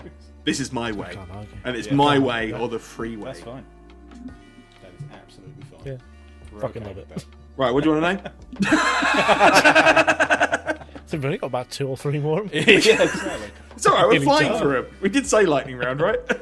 Yeah, 20 minutes ago, yeah. We're flying, mate, we're flying. Back to the podcast Yeah. side of things. This Do podcast. you have... No, Your one. Your podcast. My podcast. Shut up and answer the question. Alright, yeah. What do you Yeah, want that's the one. Yeah. Do you have any special guests or collaborations planned for future episodes? to know? We're sort of... Not really, because we're sort of still in recovery from the tour. And it's becoming increasingly difficult. Not for, like, you know, any sort of reason that's, like, within our control, and it's no one's fault, per se. But with Sean now working as a chef, his time is considerably more limited. So whereas before we could, I could say in my email template going out to a guest, say, whenever you'd like to come on, we're free. We're both creative freelancers, so we're not busy. But then, like, you know, when you're asking someone to give up an hour or so of their time or what have you, like it's trickier to do that, and also saying we can only do X and Y. So we've been going through people that we've had that were on the tour who were copacetic to the idea of coming on anyway. But eventually we're going to have to branch out. One of the other issues that I have is that over the first year of the podcast, I pulled in quite a few favors to get some guests on. Yeah. And I'm fast running out of favors. Otherwise. It gets tricky when you're going through your Rolodex and it's like, Had him on, had her on, asked them, was busy with, and I don't know anyone else. Because I don't go anywhere or do anything. So that's not true. I went to Bunga 90. Yeah, come on now. That sounds amazing. We're definitely going. It's really good. You're gonna have to. Yeah. I'll tell you, if you guys go, if you'll have me, I'll be more than happy to give you the tour. Yes. Yeah, let's go. See if I was Sean's about to busy. say, We'll yeah, go. would you join We'll us? do a pod from inside Bunga 90s. Fuck yeah. Do you know what happened to lapel mics? That works. Yeah, although, what with it playing loud 90s music the whole time, it's going to be a copyright nightmare. So we'll put it on your feed, just in case. Yeah, you can upload that one. Thanks. Get hit with the Thanks. copyright strike. We'll put it as a Patreon only one. There Yeah! That's the way. Okay. Just muffled loud music. You can't hear anything negate. else. This guy, Alanis Morissette's after us. She won't leave us alone. Oh, God. Well, you ought to know. Yeah. Well, this is going back a little bit now. Probably should have been earlier on. But what is your opinion on Malden Salt and how you apparently rigged it for your tour? I was worrying this was going to come up. Right. Oh, That's why we saved it for last. Oh, that's good. Okay, right. Well, we've of been the going last. for about an hour and a half, so I think this will take us up to around 3 hours. Okay. So, no, listen. round 3. I want to get out. I want to get out. Well, you asked the question, so you've got to sit there now. You've opened this Pandora's box, and now you're going to get a face full of locusts. Right. Malden Salt. So, for those who don't know, I am born and raised in the town of Malden in Essex. It's a small market town, which you can tell because if you translate the old Saxon, Malden means Market Hill. Dominating the centre of the town is a hill called Market Hill. So if you live on Market Hill, you live on Market Hill, Market Hill. It's that sort of town. Anyway, it's on an estuary, the River Blackwater, which connects through to the Thames and then goes into London, but then also connects out to the North Sea. So it's a saltwater river and prime for salt collection. Which an enterprising company known as Malden Salt did. And that, I believe, it still does have the Royal Charter. So it's used in palaces by kings and queens across the land. It is a pyramidical salt crystal that is used basically for finishing. You can grind it, but why would you? You know, if you need to ground salt, just use table salt. Like something such a fucking loser. Like a commoner. You want it this isn't that expensive. You want it like, you know, good crystal size, really good on meat. Like, you know, if you're making a steak, bit of oil on that, bit of salt, bit of pepper, push that down so the salts really get into it, and then you go, oh, it's a lovely bit of business. It's really, really good. So my relationship with Malden Salt sort of started because I used it anyway. I liked it, and I recommended it to people because I thought it was kind of cool. Then two things happened which sort of solidified my relationship with them. The first of which was not chronologically, but I've chosen to present it in this style because then it's going to be in a minute, in about 10-15 minutes, I'm going to segue into another thing and you'll realize why I've put it in this order. Just so you know. Okay. So the first thing is I went on a podcast called Guesstimators. Now sadly no longer running, owing to the sad death of its producer Matt. So shout out to Matt. I hope you're resting well, my friend. But it was early doors, and the premise of the show was it was kind of sort of how best to describe it? Sort of family fortunes by way of Pointless. The idea was it was hosted by Andy Bush off of Absolute Radio, and they'd ask a bunch of random questions. That's thematic. To we do that. What a stupid idea. To the general public, and then Matt would collate all of the answers, and then they'd pit Andy Bush and a celebrity guest against each other to try and find out who's more in tune with the general public consensus, right? Okay. So that's sort of the basics of that. And I went on that. Did fairly well. I beat Bush, but didn't score particularly highly, owing to absolutely donutting out on the first round, having quite a good space round, and then donutting again. So it was a shame. I think one of the questions was, we asked the Guestination, which coin would you most like to get rid of out of circulation? And I felt so sure that it was going to be the penny. Because who likes the penny? No one. No one likes the penny. And no, 2p apparently. They want to get rid of the 2p. 2p's, yeah, I probably would have said 2p. But the problem on the is, penny presses. I live near the coast, right? As does Andy Bird. She lives in Leon City. And so in my head, you can't get rid of the 2p machines because then you're not going to be able to play the tuppence pusher. Yeah, that's true. And as you said, Matt, also you've got the versions. coin presses as well. Like 2p's have utility, not necessarily as currency, I grant you. But Their intended purpose. but as tokens in an arcade, perhaps, or something of that nature. Yeah. But the main thrust of this anecdote is that I bought each of them a box of salt for Andy, for Matt, and for producer Will. And so I brought that in, and then I'd put one of the boxes of salt in quite a prominent position in front of one of the cameras, so it was always there because I'm always thinking about revenue streams. And as it happened, that clip went up and went somewhat viral. I think it's because I was talking about Afterlife at the time. By the way, if you want this to go viral, you really should have asked more questions about Afterlife. That's got SEO for days. Anyway, let's not talk about that. Let's talk about salt. Well, we got So 2 pages of that. strap in, we've got another hour of this. So Malden Salt actually got in contact with me. They sent me one of those direct messages. Cease and that they have desist. now. And they sent me a DM and they were like, "Hey, thanks for bringing the salt on the podcast. Hey, do you want some free stuff?" And I was like, "Yes, please." They sent me the range because you don't just get normal Malden salt, right? They've got different varieties. They've got garlic salt, chili salt. You wouldn't like that, Matt. It's too hot for you. Smoked salt, Himalayan pink, like a wide range these days. And so I was really pleased about that, and I decided there and then I was going to become an advocate for Malden salt. And so the next professional job that I had happened to be Magic Mike's Last Dance. This didn't happen chronologically. The Guesstimators thing actually happened after the Magic Mike thing, but it makes more narrative sense to do it this way around. Yeah. Especially when I then spin off into what Matt initially asked about, which again is going to be happening in about 10 to 15 minutes. So we're getting there. I haven't though. Oh, okay.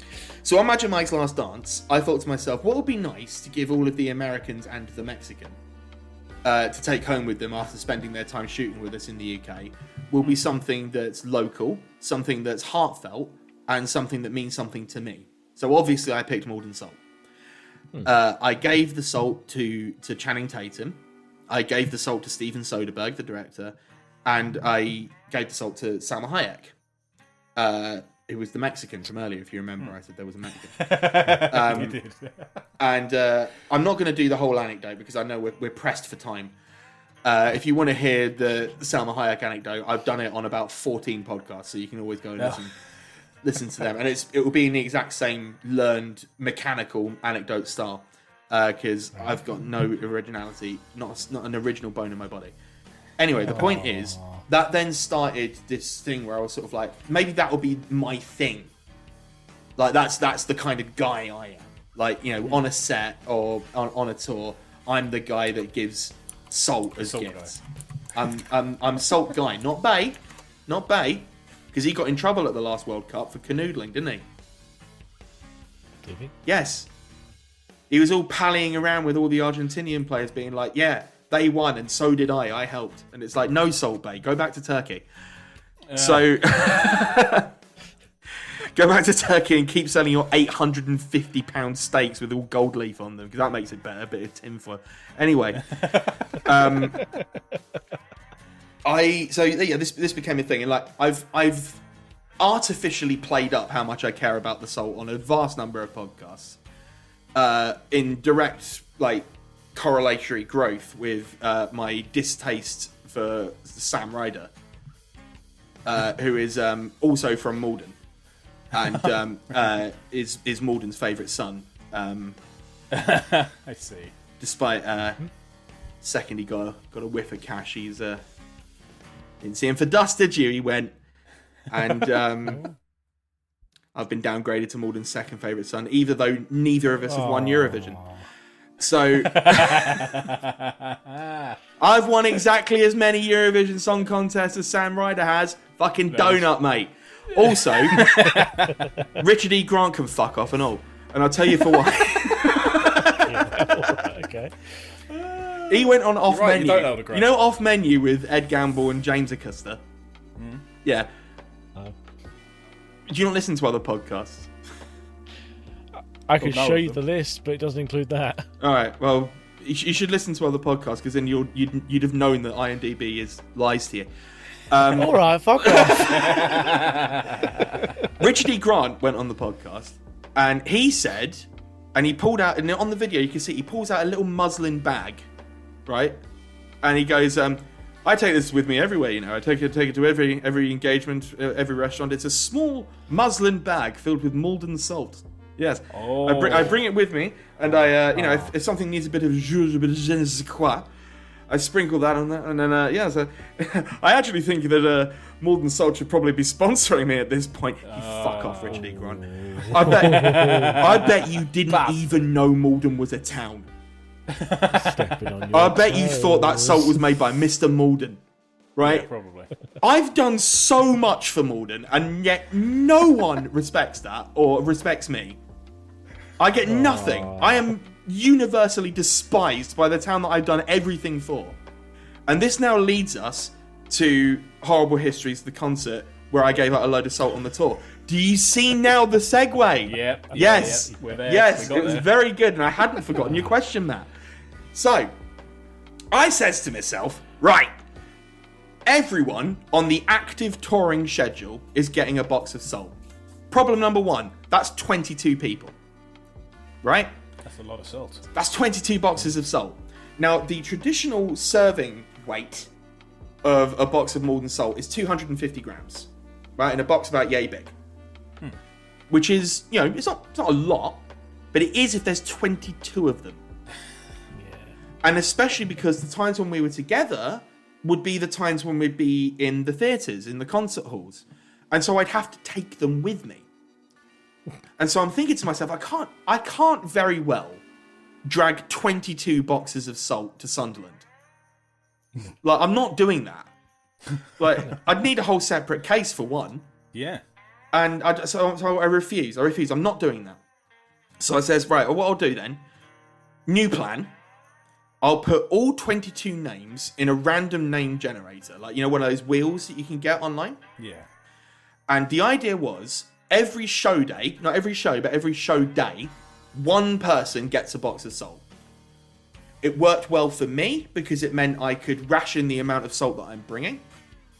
Like, you know, it didn't have to be all 22. I could go back, restock, and then go back out. I'd never be at any point carrying more than 6 boxes of salt, which again, as a reminder, is 1.5 kilos, right? So I am sweating for this. Like, let's not forget that I'm doing a lot, right? Yeah. Let's never let that. I don't want for a second anyone listening at home thinking that I'm not suffering, right? I'm Malden's Christ at this point. This is my second allusion to Christ, and people think I'm arrogant. Anyway, the other thing that I wanted this to be was it was sort of there was then a kind of fun sort of ludic element, right? You know, as the days goes on, it's like, oh, who's going to get the salt next? Like, Yeah. And so it's like, it builds anticipation, and it's fun, it's really fun, right? They turned on me so fast. Like within the first few disseminations of salt, people were already sort of like, he rigs it, you know? And I'm like, I fucking don't. Rigs what? The wheel! Thinking? The wheel! The wheel. Well, they were thinking, oh, he's favourites. His favourites. He's doing favourites. And every time I pointed out, well, if I do my favourite, you wouldn't have one. They'd go, what do you mean? Why are you saying these things to me? Anyway, the things get worse and worse. Things are spiralling. Like, the people who aren't getting it are getting increasingly angry. One of my fellow co-stars, he's on at me because I got him a box of salt before about 2 years ago, and he's like, I need some more. And I'm like, and you'll get some. And he's like, no, but I need it now. And I'm like, well, you have to wait. hell. You have to wait for the wheel. You have to wait for the wheel to spin. Anyway, what happened then? And this is actually the point where I maybe should have rigged it, but against someone, not in someone's favor, but against someone. Because what happened, right, is we were going to Birmingham. Birmingham, which is a city in the UK. I'm not sure if you're familiar. It's got a big bull ring. And you can go on the Ozzy Osbourne walking tour. Oh. Anywho, the person I pulled was Grace, the aforementioned Grace, who was born a couple of years after 9/11, if you could believe that. And so she, unbeknownst to me, you have to bear in mind at this point, I did not know this was going to happen, right? Because this was a conversation that didn't involve me, right? Verona, former recent guest of my podcast, and Cleopatra in Horrible Histories, the concert tour, had said, because Grace was like the understudy swing, she said, look, I've got no like personal or familial ties to Birmingham. So would you like to play Cleopatra in front of your family? Which was a really sweet gesture, a really, really nice thing to do. And I really admire Verona for sort of, you know, not having the vanity to demand. Yeah, it's got to be me. I'm the star. Yeah. But I mean, even then, it wouldn't even be that. It's like, well, she's just doing her job. Like, you know, she's not being paid to do this or anything. It's just, it was just a really nice gesture. So this was all happening. You know, again, far from my knowledge, I didn't know this was happening. I'd spun the wheel when I'd gotten home from London, where we'd performed before. So I'd spun the wheel then, and I pulled Grace from the wheel. And so on the day that she played Cleopatra, she also got a box of salt. And I think you could probably start to see why the problems were starting now, because now it really looked like I'd rigged it, right? Even though I hadn't. I hadn't rigged it, because again, I didn't know. And the more I pointed this out to people with like charts and diagrams, the less they believed it. And I was like, well, look, there's not much I can do. I even pointed to the fact that someone had a birthday while on the tour and didn't get the salt.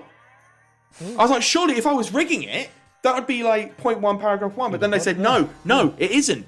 Because if you were rigging it, you'd try to trick us, wouldn't you? Like, you wouldn't make it that obvious. So there's no way I can win, right? Then we get to Milton Keynes, and Gemma, our deputy stage manager, right? I'm walking through the corridors in the back of the theatre, and she walks up, and I'm like, you're right, Gemma, how's it going? And she's like, yeah, we'll wonder who's going to get the salt. And I was like, well, I know, but not anyone else does. And she was like, well, I know who's getting it in Sheffield. And I was like, do you? Because that's 2 weeks away and I haven't spun the wheel for it. Who do you think is getting it in Sheffield then? And she was like, well, it's going to be Jack, isn't it? Because Neil, who was playing Charles II, he was like, Neil's not there for that one because he's got a prior engagement. So Jack's going to be playing the part there. So obviously Jack will get it. And I was like, I think you'll find it's random, actually. I think you'll find. And she was like, yeah, well, we'll see. And then worst thing is at the next theatre I got Gemma for the salt. And now it looked like a bribe. Like now it was like, you know, here's the salt. Just keep your voice down. So everyone's turning on me. The band are practically in mutiny at this point because no one from the band has gotten a box of salt at all. Again, statistically unlikely, but well within the parameters of a random name wheel. Right? Yeah. These things happen. Anyway, that goes on and on and on and on and on. People are turning on me left and right. I'm having my reputation, like my integrity, brought into question. And I'm not enjoying it anymore. I'm thinking to myself, this thing that I did, that I've spent a not inconsiderable amount of money on, by the way, and have dragged salt up and down the length of this country for you ungrateful pricks. And it gets even worse by the end. I know who I'd mentioned earlier was like one of the last people to get one. And like he was on at me every day on my back, like scratching at the back of my neck like a furious squirrel. Like being like, where's my salt? Where's my salt? You're just doing this deliberately now. And I'm like, I wish I was. In fact, I hope you get it last. I hope you get it last because of the way you've acted, because of the way you've made me feel. This is on you now. Yeah, I'm cross now because I've done a nice thing and it's been turned into this poisoning of me, and I've had enough of it. Anyway, we get to the end of the whole tour. penultimate one's Di, our musical director, and Gemma, she comes up to me and she goes, "Wouldn't it be nice if on the last, for the penultimate and last one, that they both get given it at the same time, so no one's definitively last?" And I said, Gemma, the last one is on the first day in Brighton, right? If you think for a single fucking second I dragged 6 boxes of salt to Southampton and then dragged 3 boxes of salt to York, only to then not drag one last box of salt down to Brighton, purely out of spite, you've gotten the wrong impression of me, girl. I'm sorry about that. That's not who I am. This salt will have started in Essex, gone to Southampton, gone to York, and gone to Brighton, and then I'll give it to Verona. And you've come so far already now. I couldn't give up. Yeah. I was too committed at this point. I was too deep. I'd given up so much. My reputation, everything. Everyone hated me. It was a cause of deep ructions in the tour. And so to answer your question, Matt, how do I feel about Malden Salt and giving it out during the tour? I don't feel great about it. I don't feel great. And I think it's probably unlikely I'm ever going to do it again. Oh, no. Because, I've seen what happens now. I've seen what happens. You introduce a fun, ludic element, and what happens? They all become rats. Rats fighting over each other in a urinal.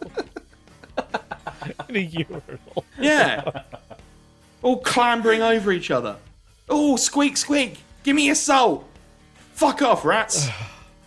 You carry plague. This sounds like my job, to be honest. I'm really hot now. I'm so agitated. And it doesn't help that my voice is going because I sang Everlong by the Foo Fighters at Bunga 90s too loudly yesterday. So with all that said, Yeah? where's our box of salt? Can you bring some down to Surrey for me? Imagine if I just left now. Yeah, you came off the call. Fuck you, came off the call. That'd be brilliant, to be honest. That'd be hilarious. You're like, oh, that was Ethan Norris. I guess there must have been some technical difficulties. So we have a backup. Shit! It's alright, it's all hypothetical now anyway. Fair enough. If you want some, I can get some to you. The problem is I can't post it. It's food, innit? You can't post food. Don't think you can. Or you have to pay a lot for it. I don't know, there's some kind of duty on it. You know we're UK based, right? No, I don't think you can. I'm not sure. I don't think you can post salt. I really don't. Can you not? Let's all find out together. Yeah. If you could have posted all this salt and you just found this out. Just sending it to all the different theatres. Oh, you can post it. Fair enough. Alright, I've got no excuses then. For example, when shipping abroad, while drying foods and powders like salt must be tightly packaged and clearly to be displayed. But can you say Malden salt isn't a powder technically? I mean, as long as you put it on the box saying contains salt, I guess. Definitely not drugs, really. You have heard of snack boxes that can be sent to people, right? Or we make food deliveries all the time. hampers. Well, yeah, but I thought there was something else going on here. There was something specific about salt. But I guess not. We're talking about salt, not heroin here. Well, you say that. I mean, that's if where you'd be going. Well, you've been giving everyone heroin. That's the problem. That's why that guy wanted so much. Well, you say that, but if I had been caught with a suitcase full of white crystals on a train up to Glasgow, yeah, you don't think about that, do you? Right in with the locals. It's fine. That's not very nice to the people of Glasgow. You leave them alone. Yeah, They're a good, solid from people. Glasgow. Absolutely solid people. Nice guys. The Glaswegians would welcome you as king. Jason. Hey! We can ask Cap. It's Henry! No, I thought it was a salt thing. I guess I'm wrong about that. Okay, in that case, I don't have an excuse. Do you want some salt? Fuck yeah, sure. Okay. I'll tell you what you can also do, if you could be very kindly so. Ask Sean Anthony where the fuck my dice are. I don't control him. It's more of a joke, but you know. No, but I take your disappointment very seriously. Like this, you know, he's a merchant and he's let you down. Trading standards. Trading standards, Matt. Yeah. Matt.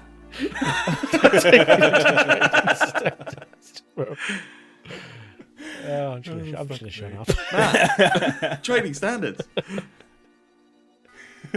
Get on it. Come on now. Matt. Take it to court. Bust. Matt. Trading standards. What the fuck? What? Oh, we've just been sent in the chat for this. We've been sent what looks like one of those little robot dogs, but with Mark Zuckerberg's clay face on it. What the fuck? Interesting. Jay, you worry me. Thank you, Jay. Anyway, For that. Cheers. this has been going on for nigh on 2 hours. Yeah, I know. Did you Shall we expect wrap anything less from this? Like, I don't know what you expected when you brought me on here. It's been the best 2 hours of my life. It's great. That's not Yeah. true. Unfortunately, it is. Oh no. Maybe the fuck. We need to improve your living standards. Send help, please. Send help He's and not allowed salt. out of that room. Open salt. It's the same thing in my view. So, where can people find?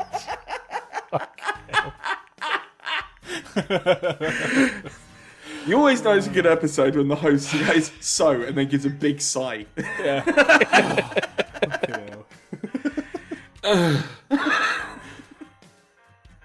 Fuck. He's done. He's done in. He's done. You might have to carry us out. I don't think Matt's capable. You can do it, Matt. Be professional. Come on. Now. Where professional, can Matt. people find you? Trading and standards. Your show and anything. No, he's gone again.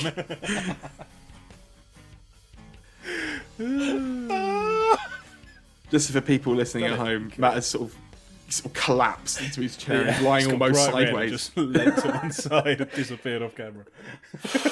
You killed him. I've That's killed it. him. I've killed him. Yeah. Remember earlier when I hiccuped and you thought I was having a stroke? Yeah, yeah. That was this podcast, if you can believe that. Fucking hell, was it? Yeah, I said I'll be back Recorded this down again week. for 9 o'clock. This was never going to be just an hour, right? No. Sean Anthony got an hour and 20, and I was always going to one-up that. Yeah, I don't think anyone else is ever going to beat this in terms of comedy and just the amount of laughs. Well, that's until we get to part 2, Electric Boogaloo, where we can talk about Afterlife for a bit Yeah. and then juice the SEO of it all. Yeah. Fuck it, yeah, We'll why record it not? in Bunga 90 as well. There we go. We'll have to watch Afterlife. Really? You haven't seen it? I mean, watch Bad Education, but that was a while ago. Put me on for an interview. Thought I did DIY. Now would have been a good time to fucking do a leave. Fucking ridiculous. I give Anyway. up my time. Give up more time than I was expecting to. It's been nearly 2 hours. Yes. Never mind, I suppose that's fine. Rich, have you watched Afterlife? I have.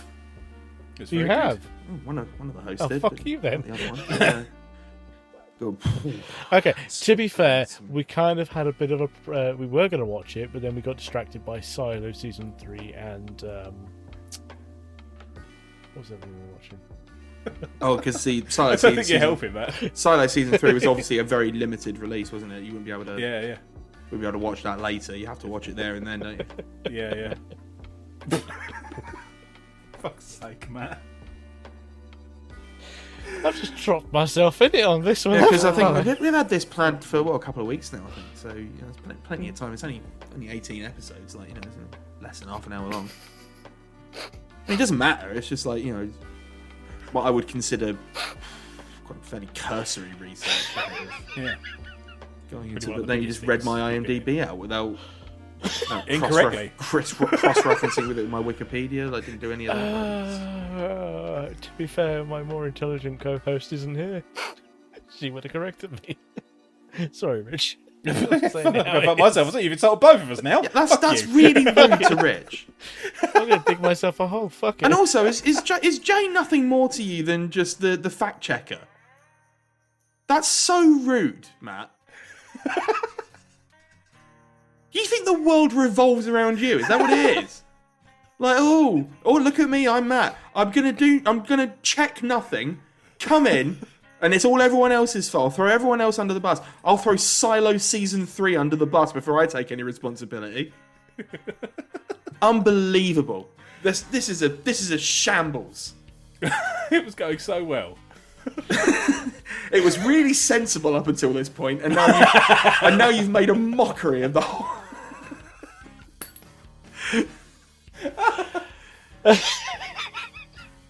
Also, I have it on good authority from Jay, fact checker in chief, that you've only watched 2 episodes of Silo. So you didn't even watch all of it. It's not all out yet, that's why. Oh, it's not all out yet. Well, you know what it is all out? Afterlife. And you can check that out on Netflix, wherever you are. If you want to watch Bad Education, you can check that out on the BBC iPlayer. Even while you're on the BBC iPlayer, hell, why not chuck up Horrible Histories and Horrible Science? Only season 9, 10, and 11 of Horrible Histories and 2 of Science, mind, because those are the ones that I'm in. And so therefore, if you've listened to this and you like that and you want more of me, that's what you can do. However, you should also watch the other ones, but like focus on those first. It's more than Matt's done, but like, you know, if you're listening, that might be nice. Might be nice for you to do that. Other stuff, I honestly, it's tricky to know where all of the shit I've done has ended up at this point. But if you have the time and feel like putting in, I don't know, just the barest hint of an effort, you can cross-reference my IMDb with my Wikipedia to work out what I've actually been in, and then if you then type in those and, like, you know, watch UK or watch wherever you are, you'll be directed, I assume, to a streamer of some kind. I mean, if you do live near a place that sells DVDs, you might have a chance, but, like, you know, they're increasingly rare these days in this digital nightmare that we now live in. As for me personally, you can find me online at Ethan D. Lawrence in most of the places. That's Instagram and TikTok mainly, because I'm barely using the X, formerly Twitter, these days, because it's a crock of shite with Nazis on it, and I'm not interested in that anymore. So yeah, there's that.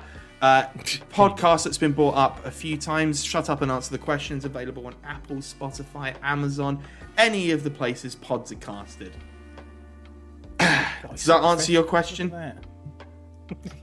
Yeah, the question you barely got out or insulted him. Yeah. Well, I knew what he was driving at. It's just it was it was important to remind him of his place. Well, you say you come here, you've done no research. You know what I did when I had a guest on my podcast? I read a whole book in a weekend. Oh, fucking yeah. Was it a good book? It was brilliant. That's why we were having them on. Yep. But clearly, nothing I've done is good enough for old Matt.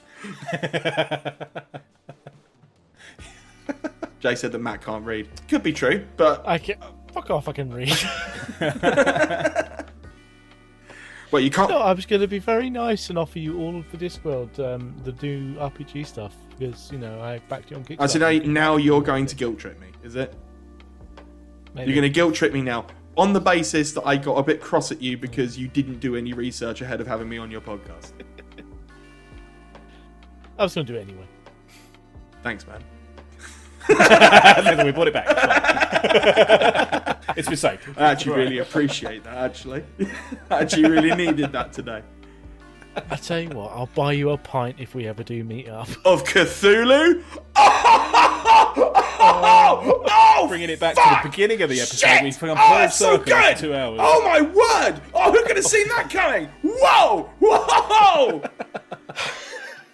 And scene? And scene. And scene.